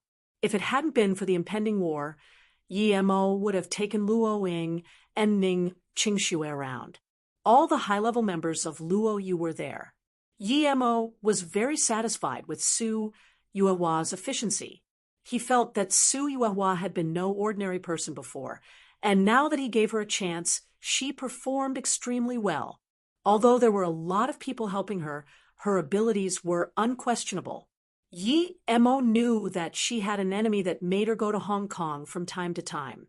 She rarely had time to leave her position lately. If he had time, he would ask her who the enemy was. Regardless of who it was, since she was the city lord of Luo Yu, it couldn't be ignored. Okay, since everyone is here, well, let Sitter Yuehua start the meeting. Speak as you wish, Yi Mo said. Yi Mo knew that whether it was going to war or not, they had to decide today. It wasn't good to drag it on. Yi Mo said first, according to the message brought back by our negotiation squad. Indonesia has no intentions of apologizing. Philippines are on the same page as them too. They are even mass buying weapons. I think they are threatening us. They are small countries. How dare they threaten us? Just send a fleet to annihilate them, Su Ping said grumpily. Yi Mo knew that Su Ping was an ancient martial artist, and he wasn't good at commanding battles, but he had had to give him that position. Su Ping was his second brother. He would never betray him. As soon as Su Ping said this, Huang Yinian said, I support going to war, but our strategy shouldn't just be to send a fleet there. Su Yuehua said, when we first claimed our conditions, the Indonesian officials were very worried. They even said that they would agree if we lowered our demands. However, it's only been a day and their attitude has changed drastically. At the same time, Philippines also joined their side. If we don't react to the outlet incident quickly, perhaps more countries will join their side. So I agree we need to fight, but how we fight is the key issue. Yi Mo thought about their words. No one had said it, but he knew that there was someone supporting Indonesia from the shadows. Who was it? America? Or was it some other country? The Union stated that we and Indonesia should control our emotions and leave the problem up to negotiation, that we shouldn't start a war so easily. Yu Miaodan said. Funny, we shouldn't start a war so easily. They sang this to us? If we don't do anything, what if they attack us instead? I think that if we're going to fight, we should do Germany's way. Finish them with a lightning war, which she said. That works for other countries, but not Indonesia. They're an island country. We only have 20,000 troops. I think we should gather our power and throw a heavy blow to one target, Sherman said. Su Yuewa nodded, but she didn't say anything and just stared at Yi Xing. I actually agree with Brother Su and Sherman. Our newest interference machine is now ready for mobile warfare. It's attached to the Luo Tian carrier ship. If we needed to attack an island, we wouldn't even need to go covertly. We could just throw bombs at them. Yi Xing looked at Su Yuehua and smiled. When Yi Xing finished talking, the entire meeting room fell silent. After a while, Huang Yinian screamed, "Chief Engineer Yi, did you succeed?" When they recalled the last war, everyone's blood boiled. It was because they had the most advanced interference machine that they had managed to suppress the Allied army. Yet, most of our bombs are from Russia and Germany. We can build some defense missiles, but we can't mass-produce offensive missiles. We still need some time. And the time we have is very short, Yi Xing said again. Before anyone said anything, Yi Xing sneered. If I had some time, we wouldn't even need to send a fleet there to defeat them. I can make a bomb that they won't be able to defend themselves of. Yi Mo believed that Yi Xing could do it, but they had to fight that war. If Luo Yu was harassed by Indonesia and Philippines, and they didn't fight back, they would lose the reputation they had built, and more countries would do the same. In another 2 years, when Luo Yu stabilized, other countries wouldn't even be able to face Luo Yu. He nodded. No one can treat Luo Yu like this. We must fight Indonesia and Philippines. As for how we fight, I trust that Yi Xing has other steadier ways, but we're trying to show our dominance this time, so we must do it in the most direct and domineering way. We'll let them know that they can't challenge Luo Yu so easily. Let those clowns who support them understand it too. As for how to fight, I agree with Sherman's method. There's only the Indian Ocean between us. We'll take one of their islands first. Then Yi Mo looked at everyone. Which island should we attack first? Huang Yinian smiled. If it's taking over a place, it'll be quite easy. Bali Island is perfect. It's not small, and it's Indonesia's main tourist attraction. It brings Indonesia large amounts of income each year. If we take that place, the Indonesian officials will have to comply. Everyone agreed to this.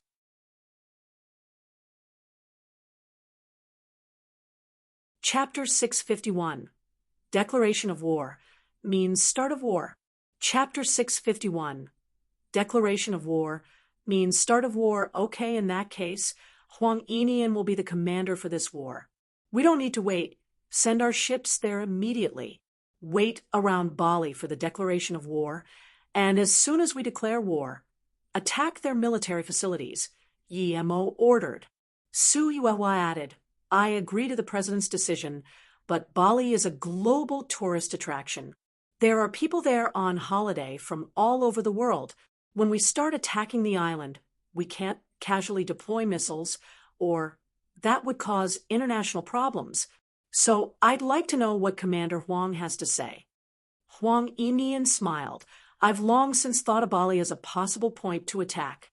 For one, that would show Luo Yu's dominance, and secondly, it would deal a heavy blow to Indonesia. Most importantly, our outlet store there was smashed, and 2 of our workers were killed. Now, Bali has been a victim of terrorism more than once during the past 10 years. Looking at Su Yuehua's expectant eyes, Huang Yinian continued, so even if we cause an international dispute, we can say that that was Indonesia collaborating with terrorists to attack Luo Yu. We can say that since the Indonesian government hasn't reacted properly, it has clear animosity towards Luo Yu. Luo Yu's rights have been stepped on. And in Luo Yu, justice is the most important thing. Any offenders must pay the price. Of course, we will only attack the military and not the civilians. Yi Mo nodded. Although this reasoning was a bit far-fetched, it was better than nothing. Plus, Luo Yu did indeed suffer heavy losses by Indonesia's hands. I believe I might have a good suggestion too, Yu Miaodan said. Although Bali is big, it won't survive long under our force. I suggest that Commander Huang take over the airport and docks first, after which we can send back all the tourists. As for all the touristic facilities, we can destroy them, just like they destroyed our store. Yu Miaodan didn't say it out loud, but everyone knew that it wasn't realistic to think they could take over Bali for a long time. Even if Luo Yu had the power, the Union wouldn't allow that. Once Indonesia agreed to some form of compensation, Luo Yu's army would have to retreat. But if they destroyed all the touristic facilities and sent away all the tourists, then that would be a huge blow to the Indonesian economy. It was an extremely big risk to so much as invade the island of Bali, much less to want to seize it. If Yi Mo wasn't a cultivator, perhaps he wouldn't even be doing it. Yi Mo knew that once most of the power in the world joined together against Luo Yu wouldn't be able to stop them. But Yi Mo had his trump cards too. If he really had no other choice, he would use nukes and go around assassinating people. No one would dare to push a country with nukes too much. Although this world had all sorts of rules, people with power still made the final calls. For example, if the US wanted to invade a small country suddenly, they could find 100 reasons to justify themselves. Power was the ultimate deciding factor. Meanwhile, Yi Ling was with Tang Beiwei, hearing the truth about everything. Yi Ling was dazed for some time before looking at Tang Beiwei in disbelief. Beiwei, you mean that your brother's real sister, and I'm not? Tang Beiwei nodded and said after a while, in fact, I'm not sure if I'm his real sister either, but he doesn't want to do any blood testing. He said that we're already true sisters to him, and we will be regardless of any tests. I don't want to lose him as my brother, so I didn't insist on the check either. Then that means that I might be his real sister after all. Yi Ling was pretty worried. But I understand, brother. He doesn't want to lose us two sisters, so when he asks you later, don't disappoint him. He really loves us, Tang Beiwei said as she looked at Yi Ling. Yi Ling breathed a sigh of relief. The second day after Yi Mo came back to Luo Yu suddenly declared war on Indonesia and said that all who helped Indonesia were enemies of Luo Yu. Unexpectedly, though, Luo Yu only declared war on Indonesia and actually gave the Philippines a week to pay Luo Yu 50 billion Luo Yu dollars. Luo Yu's actions shocked the world once more. Luo Yu was just a newly established government. They might have been able to defend against the Union's invasion, but no one believed they could really invade Indonesia. And this time was special too. Indonesia clearly had someone supporting them, yet Luo Yu still declared war. Luo Yu was basically just a corporation, but it declared war on a country over the death of a few people. This seemed too childish, didn't it? And this was with the Union requesting peaceful means. Politicians all over shook their heads. How could they so easily declare war on a country? Yi Mo only felt contempt at all this, and he really didn't care. Even if an army 10 times their size came, he still had a bottle of Essence Chi pills, and with the interference machine, he would be able to at least end the battle in a draw. He might not be a politician, but that didn't mean he didn't have a brain. He had thought of all the consequences already. But what happened next ignited the world. 10 minutes after the declaration of war, news of Luo Yu's fleet attacking Bali appeared. Indonesia was worried and Bali was worried. In fact, Indonesia sunk into chaos. Although they had been buying weapons and acting tough, that was just all an act to gain some bargaining chips. But Luo Yu was a mad place and had actually declared war, even starting it as soon as they declared it. Meanwhile, Indonesia's defensive status was just on its regular level. It hadn't believed that Luo Yu would truly start a war over such small matters. Luo Yu's fleet destroyed Bali's military port without any resistance, only leaving the civilian port intact. And as Indonesia started crazily amassing an army for Bali, Luo Yu's missiles were already accurately striking military facilities. Bali's defenses were like a layer of paper in Luo Yu's eyes, while its counterattack was rendered useless by the interference machine. The U.S. president slammed the sheets of paper he was holding on the table in front of him. Luo Yu was crazy. Indonesia was supported by the U.S., and he had suggested their course of action. Although the previous president had been impeached thanks to Luo Yu, allowing him to step up, he didn't have any good impression of Luo Yu. He also thought of Luo Yu as having stolen America's land and business. A large half of the U.S.'s gold storage being might also be due to Luo Yu. Now that he was president, he was confident that he could strangle Luo Yu dead with some time.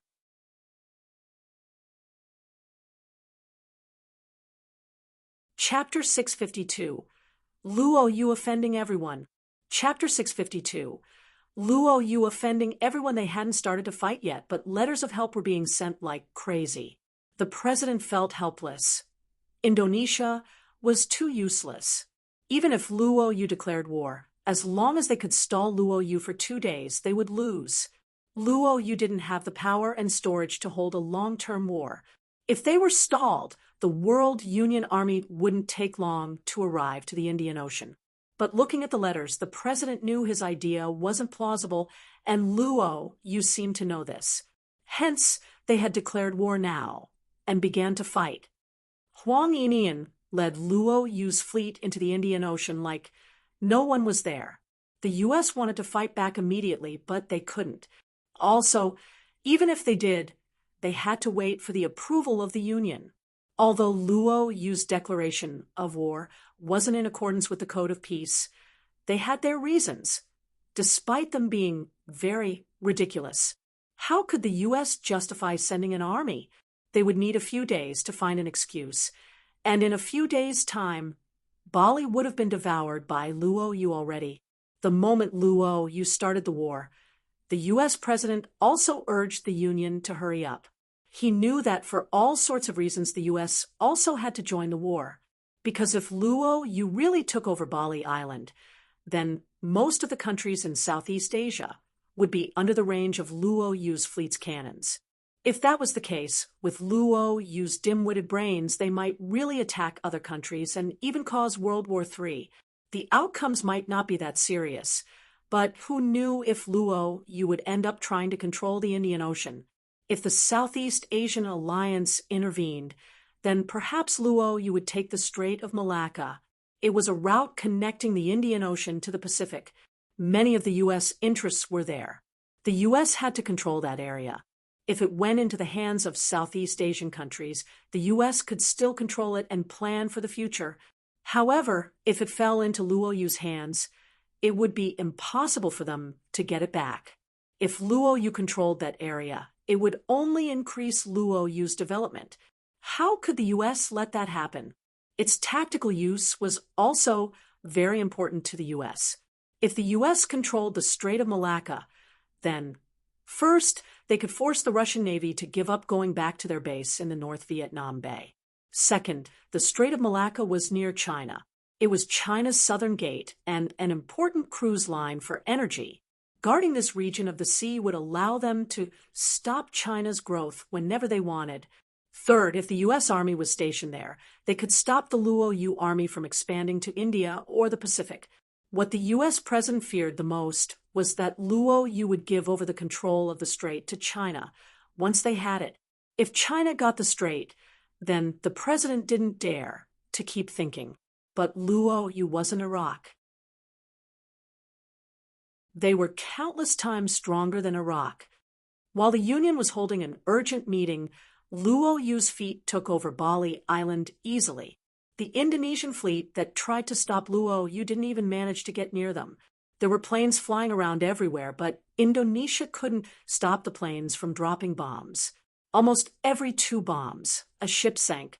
Looking at the old ship sinking, Huang Yinian felt very satisfied. He didn't need those broken ships.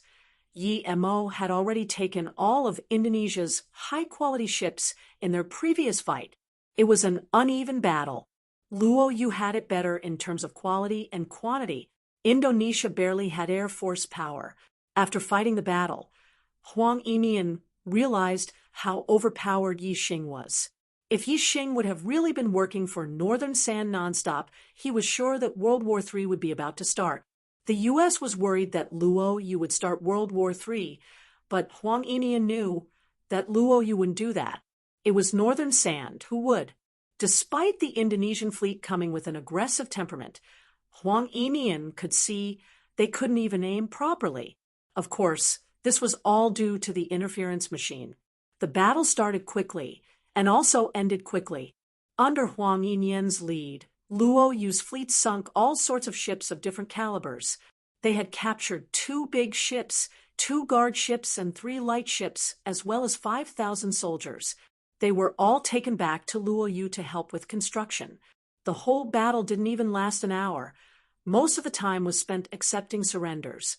The strongest fleet in Southeast Asia couldn't even resist against Luo Yu's attacks.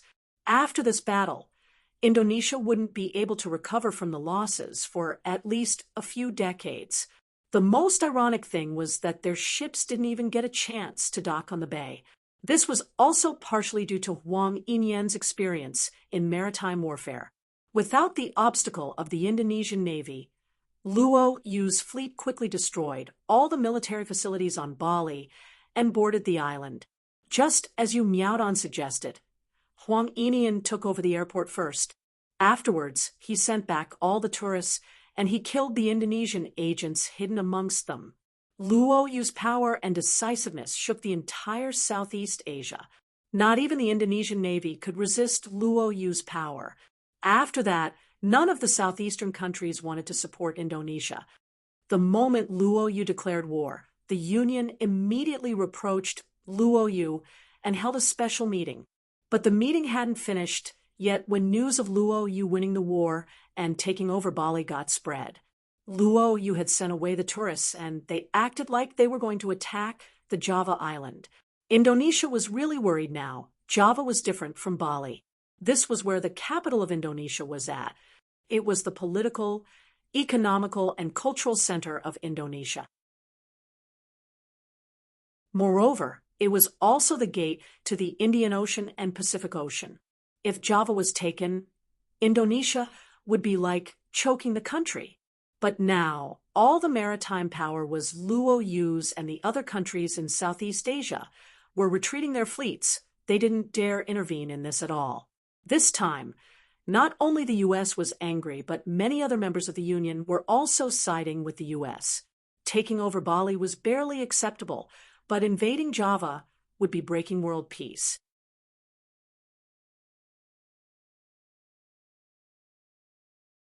Chapter 653.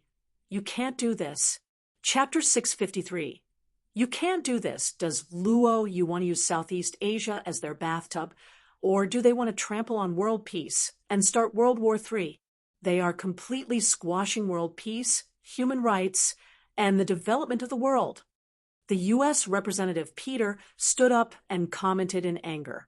Peter had been the consultant of the previous U.S. president, and after the change in power, not only did he not lose his status, he instead became the U.S. representative. Jipon's face looked bad, and he glanced at Peter. Peter was acting as though he wasn't doing his job as head secretary. Jipon knew that Peter wanted to use the Union to have the whole world attack Luo Yu. Although he detested Luo Yu's arrogance, the city lord of Luo Yu was a madman. Just when everyone thought he wouldn't start war, he did. And by the time the Union held a meeting, he had already destroyed 90% of Indonesia's naval power. They were so fast that Jipon wondered if Luo Yu would have already taken over Java by the time the meeting ended.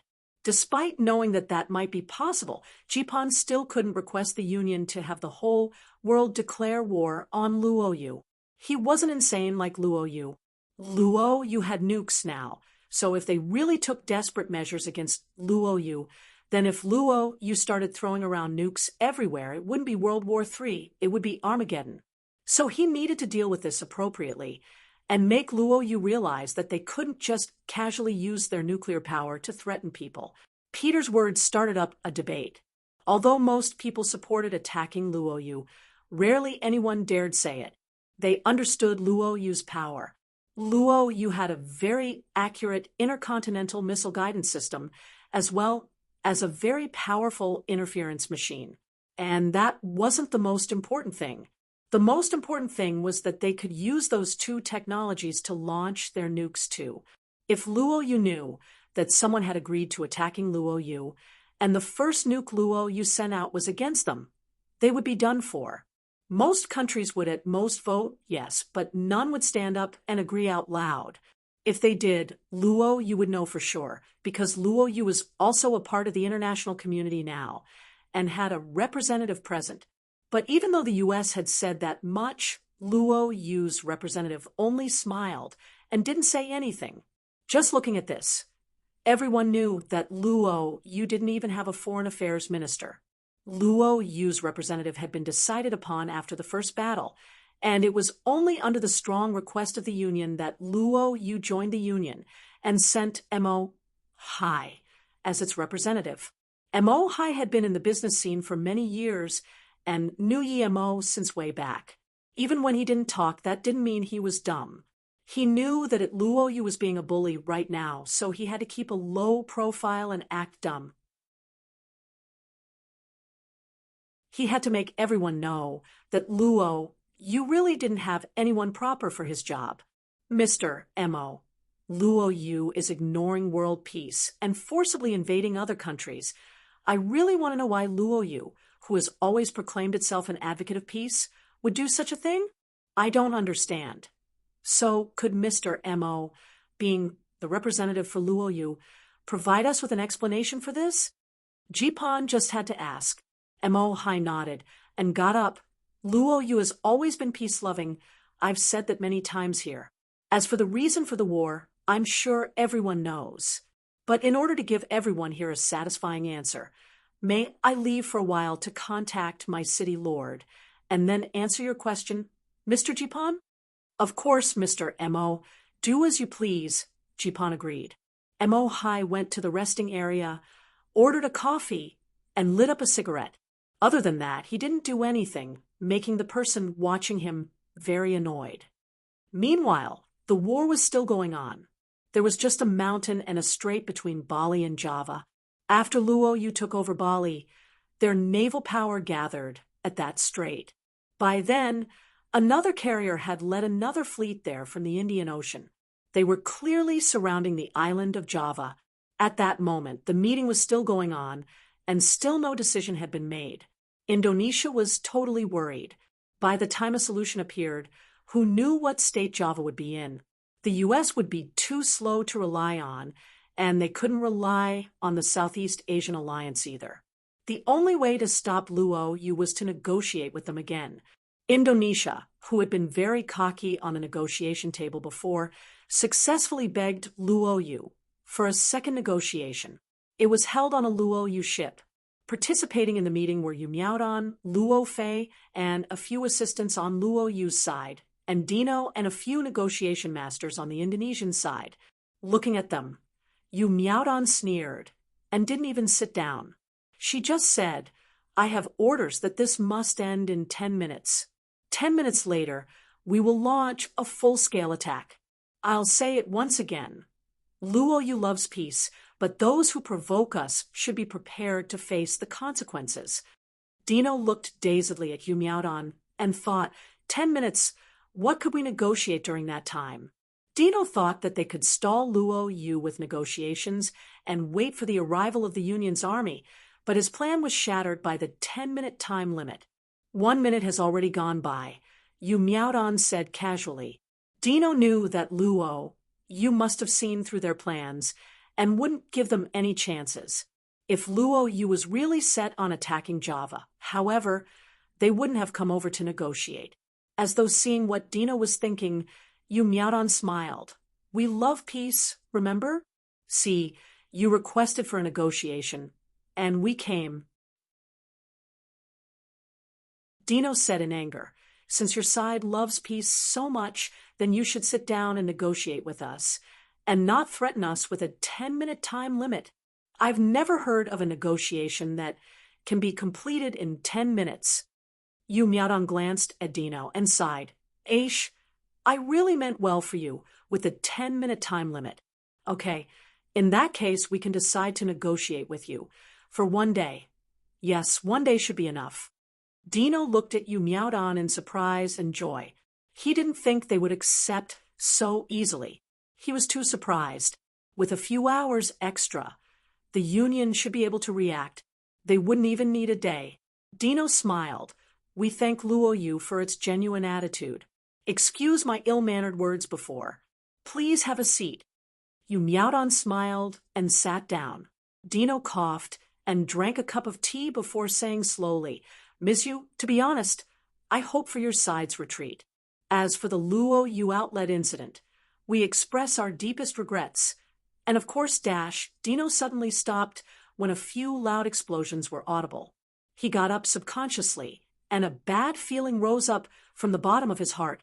He looked at Yu Miaodong and asked desperately, Miss Yu, what was that sound? Then there were a few more explosions. Yu Miaodong sipped some tea slowly. That's our Navy attacking Java. Dino looked at Yu Miaodong with a pale face. An explosion sounded again, and he roared, We're in the middle of negotiating. How can you attack Java? Yu Miaodong said coldly, What does this negotiating have got to do with attacking Java? You wanted a negotiation, and so we gave you one. Do you also want to control our army? And tell us when to stop now. Dino finally understood why that 10-minute time limit was her meaning well for them. He was shaking in anger and pointed at Yu Miaodong. You can't do this.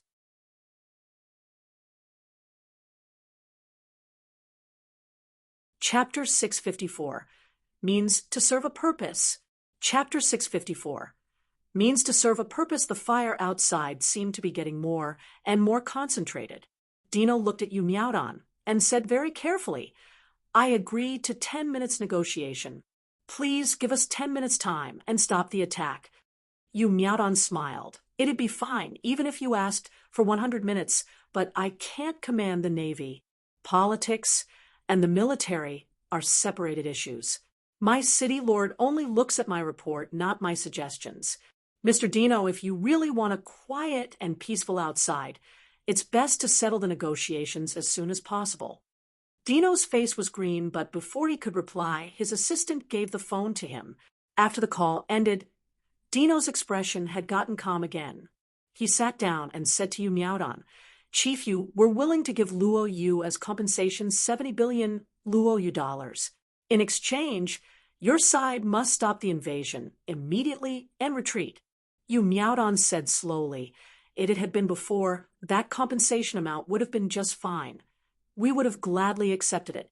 However, after this war, our losses are immeasurable. Dino was so angry that he didn't even want to sit down. He said rapidly, How much do you guys want? Just tell me. Dino wanted to cry. It was no negotiation. They were pointing a gun at his face and robbing him. Luo Yu had lost some missiles at most, but Indonesia's losses that were truly immeasurable.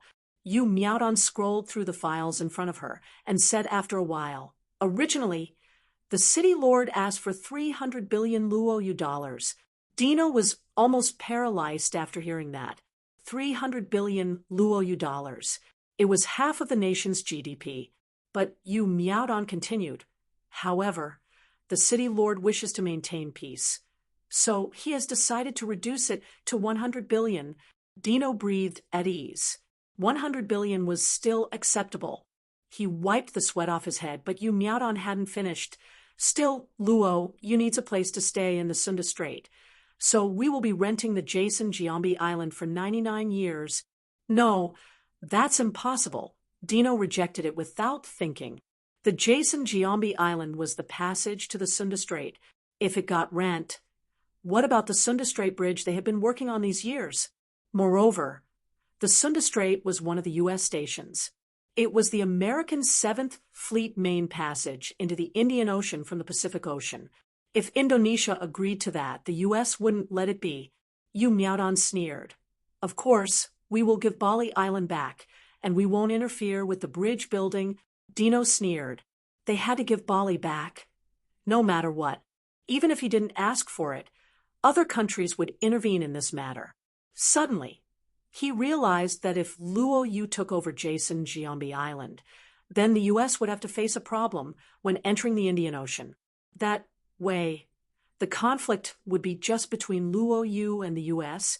Indonesia could get out of that issue. Why should they help the US? Furthermore, that island wasn't a big loss to Indonesia. If the US and Luo Yu fought, Indonesia could just sit back and reap the benefits. Thinking about this, Dino had a bleak smile. That island would be taken back by the US sooner or later. Why would Indonesia help the US? If it hadn't been for them, Indonesia wouldn't have suffered such losses. They would have only had to pay 70 billion Luo Yu dollars. But now, it was 100 billion, and the damage on Bali was immeasurable. Dino went outside and made a quick call. Then he ran back in and said, "Okay, we agree. Let's write the agreement now." Yu Miaodan pushed the files over to Dino and said, "No need. Luo Yu has already signed. We're just waiting for your signature." Dino looked at the ready-printed files and suddenly felt like he had walked into a trap. That feeling wasn't good. When Mo Hai walked into the meeting room, it was near its end. It seemed that the union had made a decision while he was away. When Mo Hai came in, Jipan acted as though he didn't see him. It was obvious that he didn't care about Mo Hai's opinion anymore. But for the first time, Mo Hai requested to talk. Many people thought that he would be speaking meaningless garbage, but Mo Hai said, "Luo Yu puts international peace as top priority. Considering that peace is hard to obtain, and considering the will of the Union, Luo Yu has now reached an agreement with Indonesia. We will retreat from Bali and not attack Java. Perhaps no one believes us, but the moment I entered this room, the army had already started retreating." What? The news shocked everyone. They had just reached a consensus to attack Luo Yu in order to keep world peace. But Luo Yu was retreating now. Many country delegates felt at ease. Luo Yu retreating meant that they hadn't really invaded Indonesia, and that they were just putting up a show for the Indonesians. After all, they had killed Luo Yu people, and then didn't want to pay compensation. I suggest to immediately suspend our previous decision about Luo Yu. Luo Yu is retreating. We can't attack them anymore. After all, Indonesia started the problem. If we still attack Luo Yu now, it would be going against keeping world peace. Russia was the first to talk. Peter immediately wanted to get up and rebuke this idea, but he knew that it would be inappropriate at a time like this. No one would agree. Jipan could rest assured. He was the person who didn't want the war the most. At that moment, the U.S. president had received the contents of Luo Yu and Indonesia's agreement. He didn't care about how much Indonesia was compensating Luo Yu, but what infuriated him was that Indonesia had actually rented Sunda Strait to Luo Yu. With this, Luo Yu could control the U.S. every move. He couldn't allow this to happen, but the island belonged to Indonesia. If they wanted to rent it, the U.S. couldn't intervene. He would bet that the reason Luo Yu had asked for the island was to be able to fight the U.S. The Indonesian government was garbage. The president wanted to roar. He had no other means to stop it. He even suspected that Luo Yu had already thought of the outcome before they started the invasion. The U.S. had finally found an opportunity to attack Luo Yu, but it ended before it even begun. If Luo Yu really had calculated all this, they were a political enemy that couldn't be underestimated. They were masters in schemes and shenanigans. Thinking about this, the U.S. still had another breakthrough point, the Philippines. However, not long after that, his assistant gave him news that Luo Yu and the Philippines had also reached a consensus. The Philippines had asked for peace and resolution after Luo Yu took over Bali. Seeing that the Philippines had come to them first, Luo Yu reduced the compensation amount to 30 billion Luo Yu dollars. *CK. The president swore and smashed the files on the ground. He felt like he was failure as a president.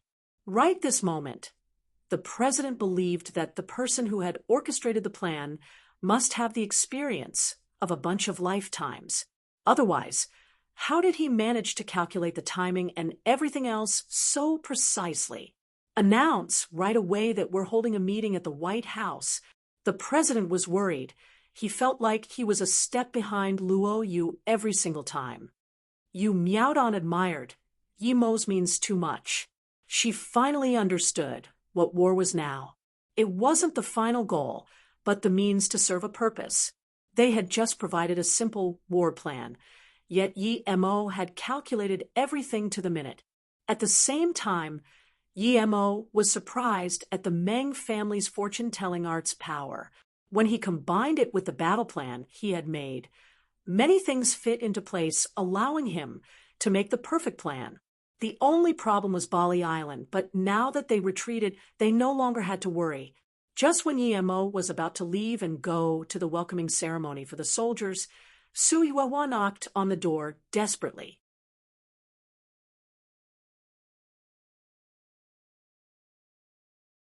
Chapter 655. Another Wave of Trouble. Chapter 655. Another wave of trouble. Yimou immediately knew that something was bad when he saw Su Yuehua's face.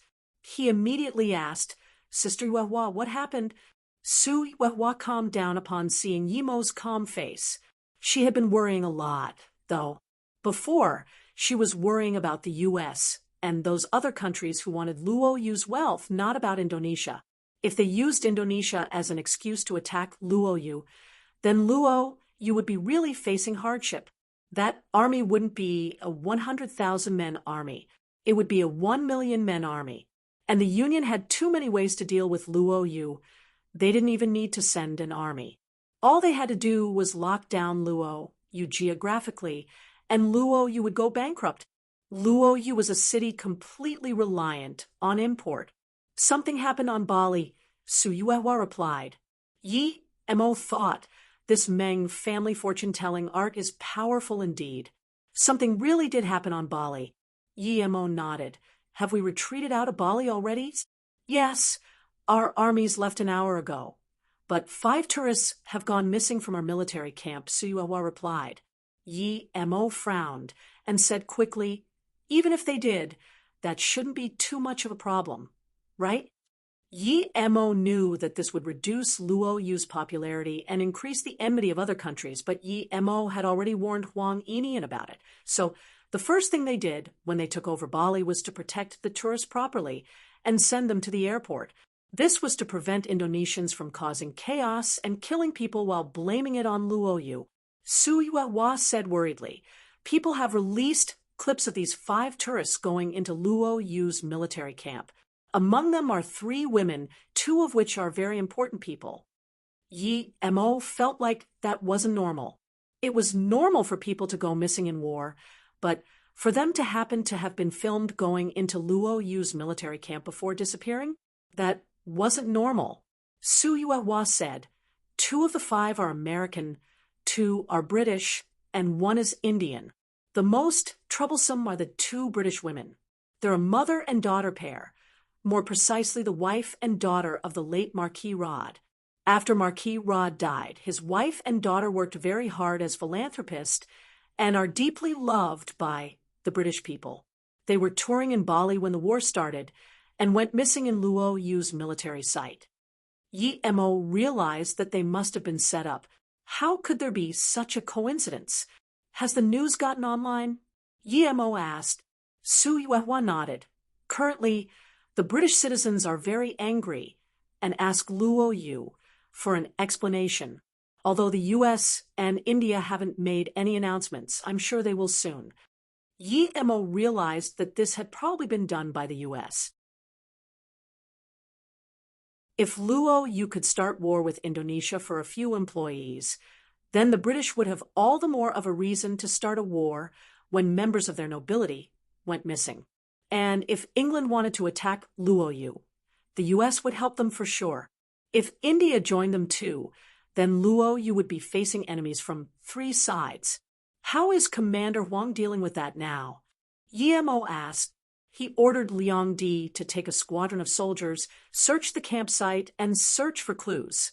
Although he wanted to send the army back, I figured that wouldn't be appropriate, so I stopped him, Suyuehua answered. Yemo nodded. You did well. Not only should Commander Huang retreat, but so must Liang Di. I will deal with this myself. When our army returns, install the maximum defensive state until I come back. If Huang Yinian brought the army back to Bali, that would be falling for their scheme. Luoyu would lose its credibility, and Huang Yinian wouldn't be able to find any clues anyway. Yemo was sure that making Huang Yinian return to Bali was one of their goals, but if that didn't happen, then their second goal was probably to have England, US, and India start a war with Luoyu with a good reason. Yemo knew that only he could deal with this problem. As long as those 5 weren't dead, he would find them. And Yemo believed that they wouldn't kill the 5 so easily. Yes, Suyuehua replied. Hold on, Dash, Yemo stopped her again and said, these 5 tourists can't have disappeared magically. So check the soldiers that were stationed there at the time of the 5's disappearance, as well as the soldiers higher-ups. Suyuehua was shook. It's not like she hadn't thought about checking them, but she subconsciously didn't want to. But since this had happened, it meant that there had to be traitors somewhere. She wondered if Huang Yinian had realized that. No matter who it is, if you find him, lock him up immediately and wait until I come back. Remember to send me the results immediately, Yemo said. As soon as Suyuehua left, Luo Ying and Ning Qingxue appeared together. Hearing that Yemo was going out, Ning Qingxue helped Yemo tidy his clothes and said, if I had known this earlier, I wouldn't have asked you to build a city.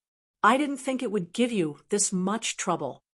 Yemo held Luo Ying's and Ning Qingshue's hands and said, it's not that hard, and I'm doing this for our future. I want everyone in Luoyu to be able to live peacefully and happily. I want to be able to enjoy walking in the city and cultivate here in peace. Luo Ying grabbed Yemo's hand in satisfaction and didn't talk. Yemo kissed the 2 and said, wait for me. When I come back, we will have our wedding. The White House was holding an urgent meeting when they suddenly received news that 5 tourists had disappeared from Luoyu's military camp, and Luoyu had only retreated after they disappeared. Luoyu's army obviously couldn't distance itself from this. The U.S. president felt like laughing. With his wits, of course he knew that this had happened due to someone scheming against Luoyu. He knew that after this happened, the U.S. would be the first Luoyu would suspect, but he didn't care anymore. The U.S. would have loved to have done it, but someone else just did it for them. No matter why someone had done it, he liked it a lot, because he had an excuse to do something now. Pause the meeting. I need to call the British Prime Minister, the U.S. President said.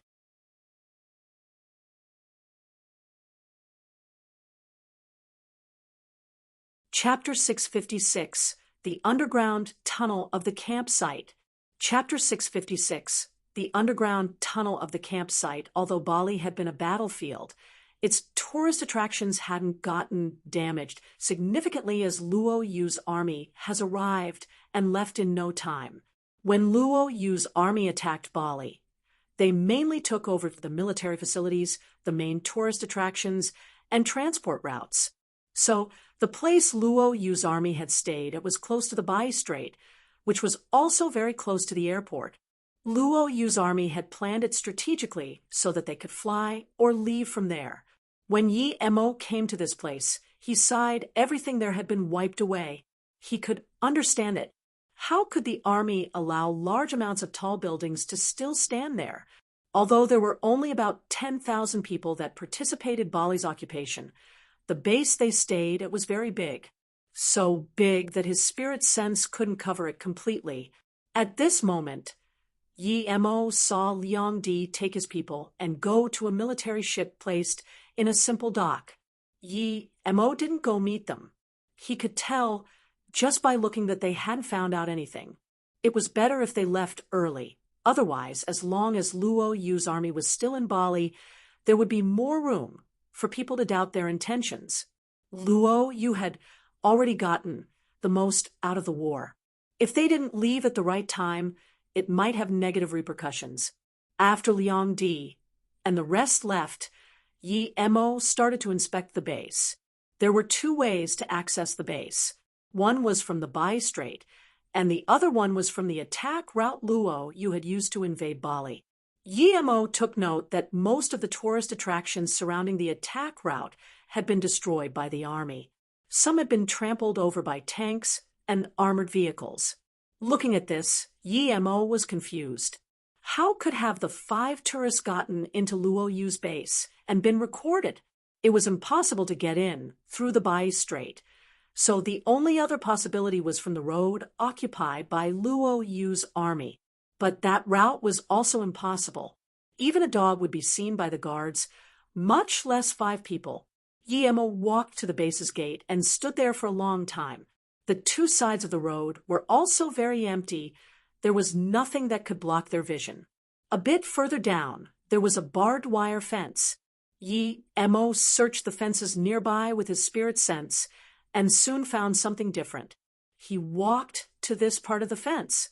There were obvious signs of someone having cut through it, but then it had been twisted back together. The place wasn't far from the main door, and it was a blind spot. Yi Mo sighed. Although Luo Yu was one of the most developed countries in the world in some fields, and thanks to this Luo Yu's military power had increased a lot too, there were still differences between them and world-class military powers. If it had been the US or some other country's elite force, they wouldn't have let someone cut open the wire under their eyes. Even if there was a traitor, Yi Mo wanted to reopen the wire and investigate from there, but he could hear cars coming. It was probably the Indonesian army. As soon as they came, they cut the wires into pieces and threw them on a big truck. His guess was right. If he had come a little later, he wouldn't have been able to see that. They obviously had come to destroy the evidence. It was good as long as he could find someone to ask about it. Yi Mo decided not to follow the guy immediately. He marked him with a spirit sense mark instead. He kept searching around nearby.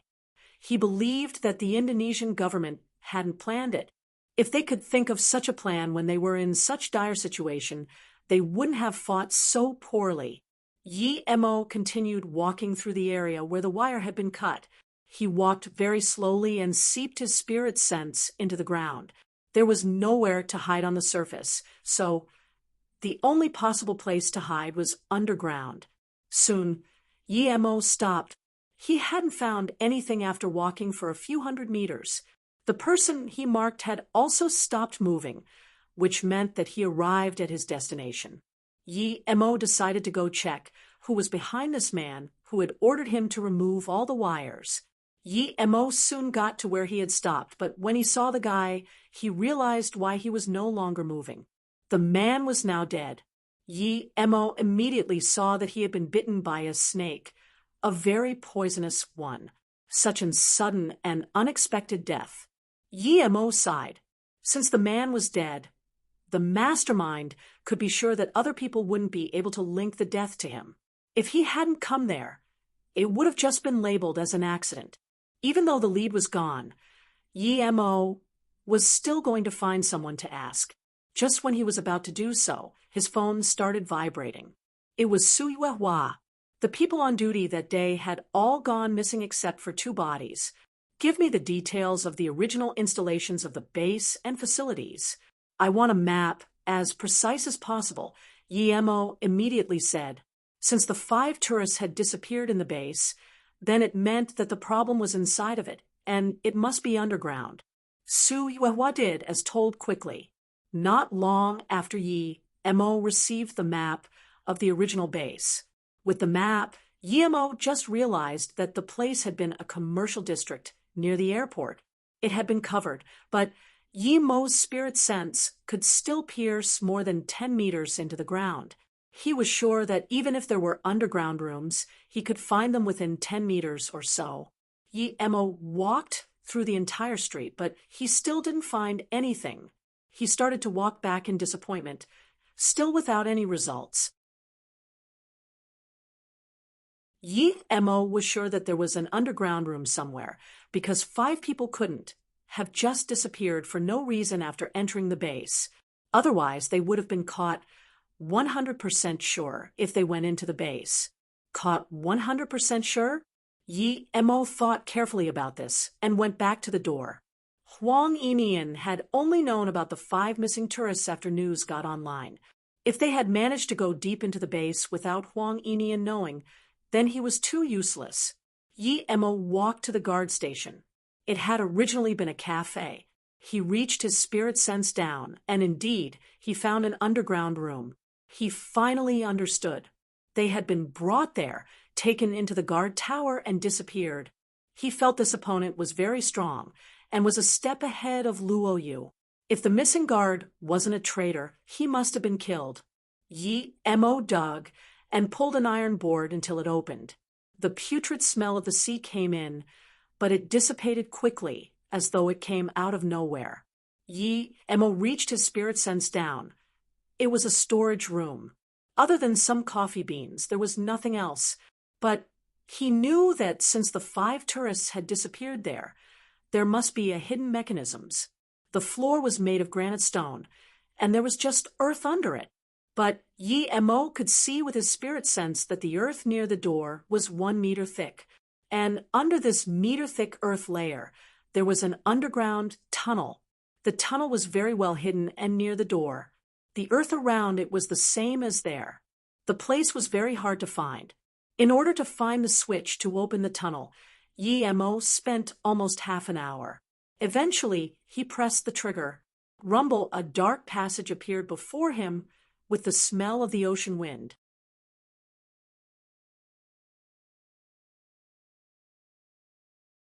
Chapter 657. Save Life. Chapter 657. Save life. No wonder there had briefly been the smell of the ocean before then disappearing. Yi Emo couldn't see the end of the tunnel even with his spirit sense, but that didn't matter much. He immediately proceeded rapidly through the tunnel after entering it, all the while keeping his spirit sense activated. Soon Yi Emo realized that this tunnel definitely hadn't been dug out in a short time. It must have been at least a few months since it was dug out. Who would know to dig a tunnel there a few months beforehand? What did they want to do? Did these people foresee that Luo Yu was going to build a military camp there? So they dug a tunnel? That was impossible. The tunnel got more and more slanted the further Yi Emo went in, and water started seeping out. Seawater. The tunnel was connected to the sea ahead. Yi Emo stopped at the place with a lot of water and found that the ground seemed odd. There was a very strange entrance there. Suddenly, 2 black men crawled up from it. Yi Emo moved aside, and after the 2 left the entrance, they quickly ran along the way Yi Emo came from, as though they had left something behind. At that moment, Yi Emo realized that not only the entrance was slanted down, but the tunnel kept slanting down even further. A few hundred meters later, Yi Mo's spirit sense noticed a nuclear submarine. Its door was closed at the moment. A nuclear submarine was hiding under Bali, and it had cheated Luo Yu's radar.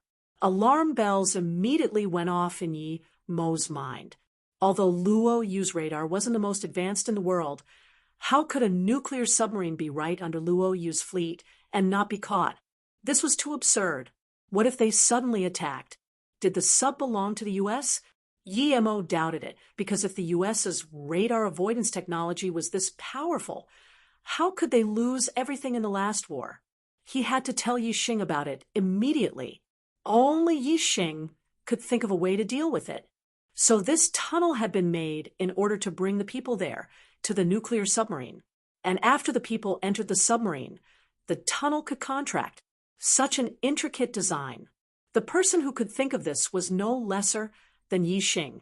Since the submarine was there, the 5 missing people should be there too. Yimo's first thought was to rescue the people in the submarine because if he didn't, the U.S. would use this matter as an excuse to start war. But Yimo stopped in his steps. Those two men didn't walk back to the storage room, and instead they stopped halfway. When one man pressed a remote controller, another tunnel appeared out of the stone wall, leading to a room. Yimo cursed. These people were too careful. If he didn't have his invisibility, and without the right timing, he wouldn't even be able to find such things. There were 5 people inside the room, 3 of which female and 2 male. Yimo realized that they were the missing tourists. Yimo no longer had any intentions of going down to the submarine, as he needed to save them first. The submarine was important, and he might find the answers he needed on it, though, so he didn't want to startle anyone just yet. Yimo marked the tunnel which led to the submarine and quickly followed the 2 men into the room. After Yimo went in, the 2 black men said something to the 5 captives, and 3 of them started trying to persuade the mother and daughter pair. Then, the 5 started arguing. Yimo felt like that wasn't normal and started filming. After a while, the 2 black men walked out, but they didn't close the door. The argument was getting more and more heated until one man walked to the mother and slapped her. Then, the man said something to the other man and woman and left the room with them. He closed the door. Now, there was just the British mother and daughter pair there. They looked more like sisters, though, and their age difference didn't seem to be big. Yimo shook his head. He had decided to learn some other languages when he had the time. It wouldn't be hard for him anyways, and there was no reason for him to keep not understanding anything each time. After the 5 people left and headed to the tunnel to the submarine, Yimo opened the door and walked in. From what had just happened, it seemed the other 3 had been persuaded to join the 2 black men. Anyway, even if they weren't together anymore, Yimo didn't need to take those others away. To Yimo, he only needed to save the mother and daughter. As long as Luo Yu's danger passed, he could focus on dealing with that submarine. The 2 looked at Yimo in confusion. Yimo saw this and said, "I came to save you. If you can't understand me, it doesn't matter, but I can take you away." "You're Chinese?" the younger girl suddenly asked in Chinese, although Yimo could barely understand her. Yimo rejoiced and said immediately, "I came from Luo Yu because a British mother and daughter pair went missing, and everyone thought it was Luo Yu's doing. Hence, I wanted to save them. I'd like to ask, are you that pair?" Yes, I'm Annie, and this is my mother Kaya. We were tricked here, and we know those people, but Annie didn't know how to express what she wanted to say. Yimo wanted to send the 2 away, and then follow the submarine. He could leave Suyuawa to deal with them. Just when Yimo brought the 2 out, 2 more people came into the tunnel. Yimo's spirit sense noticed them, so he grabbed the 2 and darted back into the storage room. Annie subconsciously wanted to scream, but she couldn't make a sound. Just when she was scared, Yimo said, "Don't worry, you 2 walk too slow, so I had to carry you." Annie understood now and said with embarrassment, "Sorry, what is your name?" Yimo didn't have the mood to chat with them. He needed to take the 2 away, and in order for the people to not suspect something, he needed to make it seem as if the 2 had escaped by themselves. When Yimo let the 2 go, Kaya suddenly pinched Yimo's arm and said something before giving Yimo a kiss on the face. Seeing this, Annie laughed and also kissed Yimo, saying, "You're really strong. My mother says you haven't told us your name yet." "I'm Yimo then."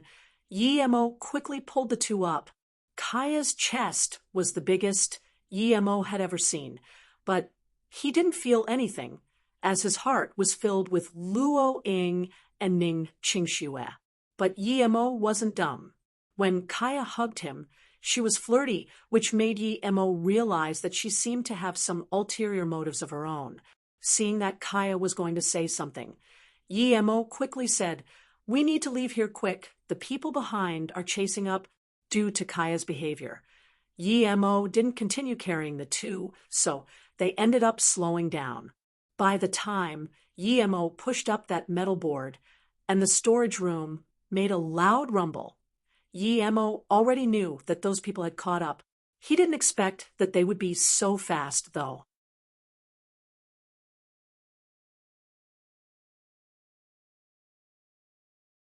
Chapter 658. Suspicious Woman. Chapter 658.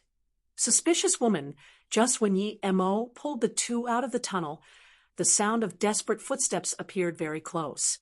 When the three were less than 10 meters from the guard post, two more people came out of the tunnel. Just when the two women were worried that it was over, Mo pulled them behind an old oil barrel. The barrel was so small that even a kid wouldn't be able to hide there without being caught, though. So when Annie and Kaya saw this, they almost had a panic attack. Kaya subconsciously wanted to talk, but Mo immediately covered her mouth. Kaya looked in shock as their two followers looked around, but didn't keep their eyes on them. Could they not see them from that position? Kaya was confused.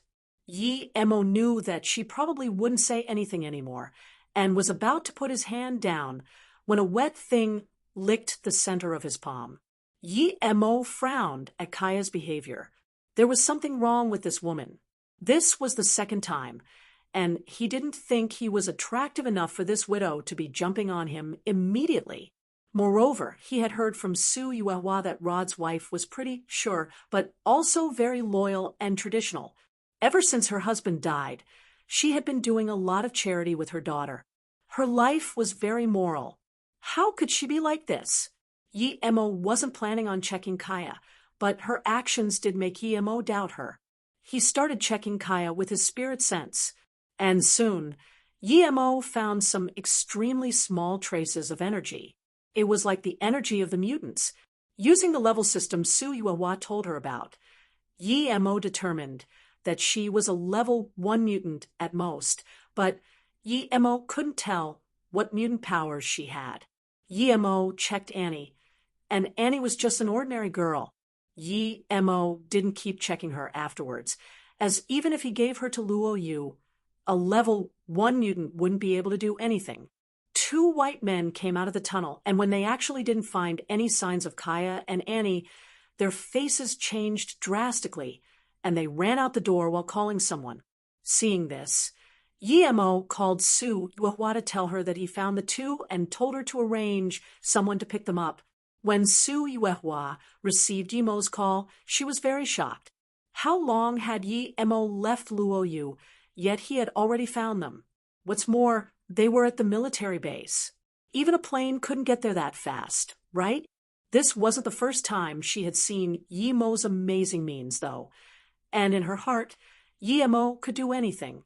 Su Yuehua soon told Mo that Yu Miaodan was still nearby Strait and had met up with Liang Jun's group. She told Mo to wait about half an hour in the base, and then there would be a helicopter to pick them up.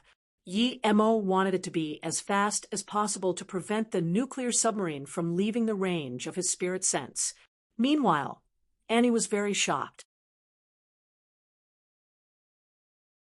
She didn't know why they weren't found even though they hid at such an obvious spot.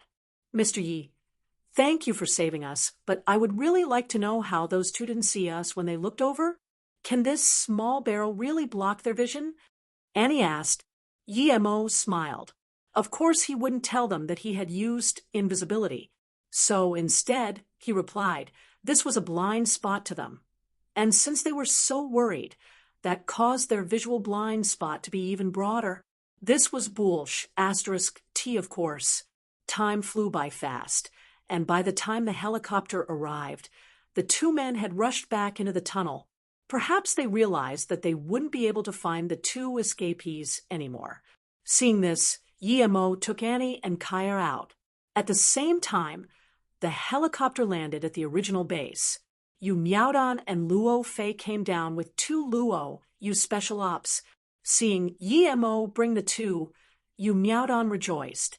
Although it had only been 2 hours, Luo Yu already got news that the English Prime Minister asked Luo Yu for an explanation, and that he was on a plane to the U.S. The Indian Minister of Foreign Affairs was also heading to the U.S. If Luo Yu didn't deal with this well, there would be serious repercussions, and it might cause another war.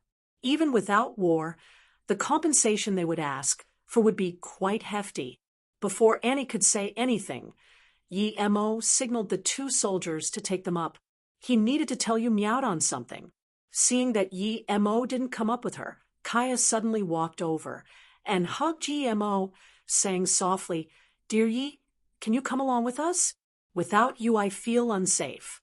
Hearing Annie's translation, Yi Mo smiled. "You guys can go back first and tell the world what happened to you in the tunnel. I want to see what organization abducted you. I'm trying to get revenge for you." Getting revenge was a lie, but Yi Mo suspected that they might be Northern Sand. At the very least, they weren't from the Black Sun Empire, as they didn't have the badge. "Okay, I will wait for you with Annie," Kaya said, while there was a clear hint of disappointment in her eyes. Accompanied by her royal look, it was quite seductive. "Remember to explain everything. That will be a big help to me." Yi Mo waved his hands at them. Luo Fei looked at Kaya in disdain and sneered. "Little witch, she dares randomly seduce people with her looks."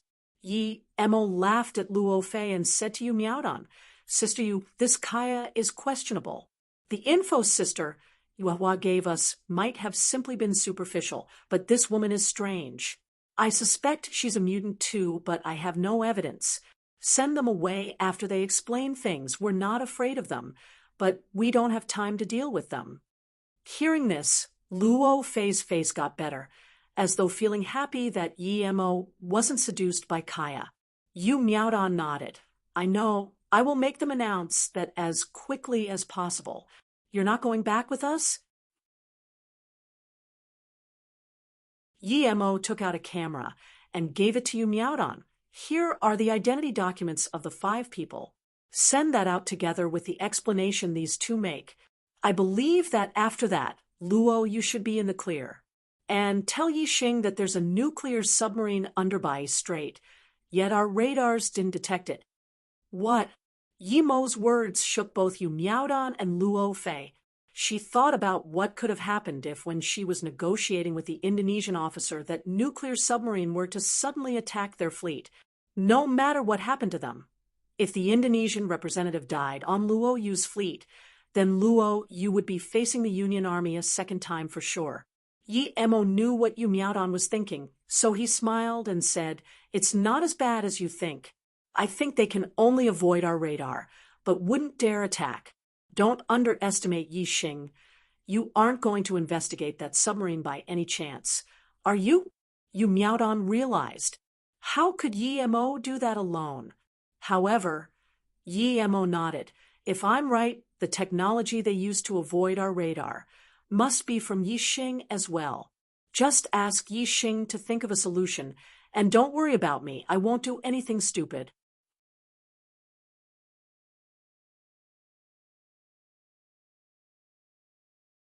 Chapter 659. The Dust Settles. Chapter 659. The dust settles. Yi Mo had just said this when he heard a loud rumble underground. He immediately knew what had happened. He hadn't expected these people to be this decisive. He was sure that the 2 men after them hadn't reached the nuclear submarine, but they had already blown up the tunnel. Yi Mo didn't need to check. The 2 men were dead. "Sister Yu, you and Luo Fei go back immediately.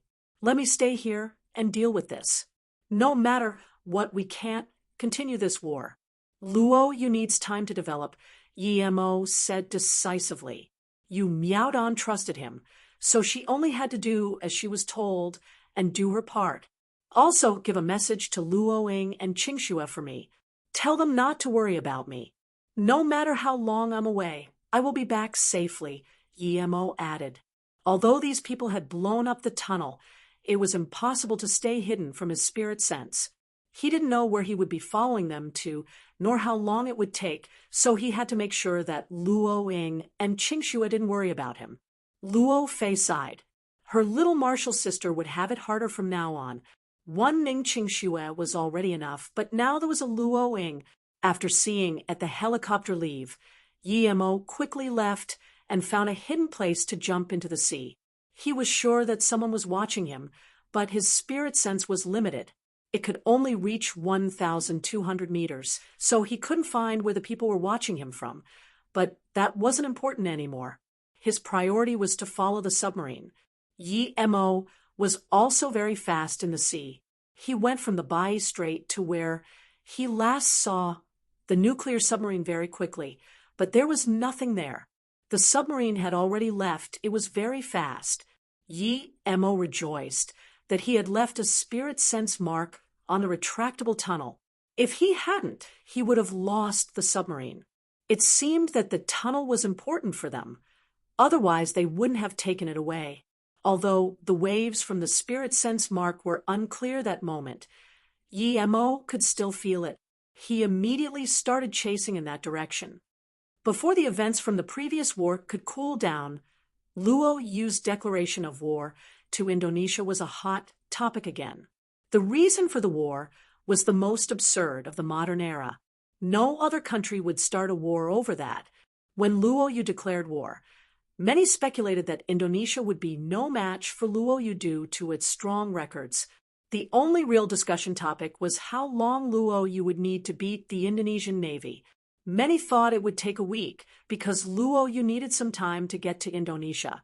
However, others also thought that it was only a threat and they wouldn't actually fight. But those contentions were rendered meaningless when Luo Yu started the war 10 minutes later, while many war analysts were still writing about how Luo Yu wasn't going to actually fight. The war was over. Luo Yu had only taken a few hours to annihilate the Indonesian Navy. After Luo Yu took over Bali and threatened to invade Java, its military status had been established. Although it was far from the US or Russia's, there were no countries near Luo Yu that could threaten it. More and more people wanted to move to Luo Yu now. Who didn't want to go to a country that was tough on the outside but humane on the inside? But just at this time, the internet exploded with the news of 5 tourists having disappeared, where the Luo Yu's army had been camping. Moreover, 2 of them were part of the British royal family. This caused a huge uproar. Although many people realized that it might be someone else framing Luo Yu, they still had to give an explanation. If Luo Yu couldn't, it would cause war. It would involve the US and India too. Then, many people started to give up on the thought of moving to Luo Yu. These 3 countries were the military powerhouses of the world. If they attacked Luo Yu together, the country would lose for sure no matter what.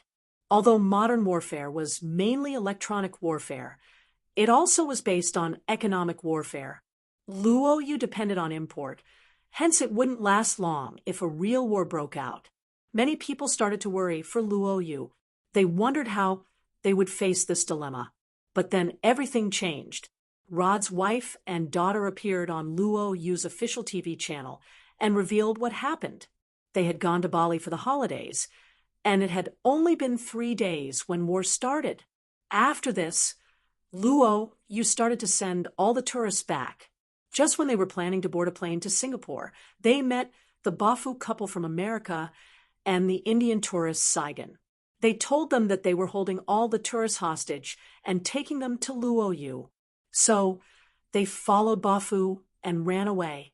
Bafu said that he had a way to avoid Luo Yu's army and enter Bali's inland, but instead they brought them to Luo Yu's base in order to cause a war between England and the US against Luo Yu. They requested them to join their organization, but Mrs. Rod rejected it.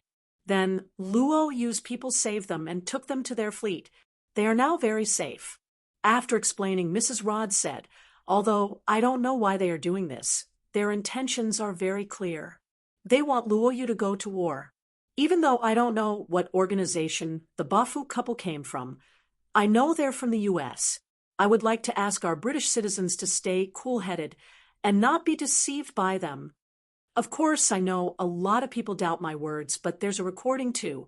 I believe everyone will believe me after viewing it." Then they played Yi Mo's recording.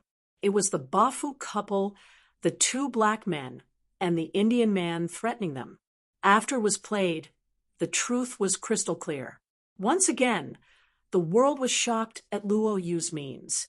Shin Qianqian breathed, at ease in front of the TV. She had prepared everything, yet she hadn't been able to go to Luo Yu due to the lockdown. But now everything was solved, and she couldn't wait to go to Luo Yu. You're tuning into the Mystic Fist YouTube channel. Don't forget to subscribe and join us on this journey to catch the most captivating stories.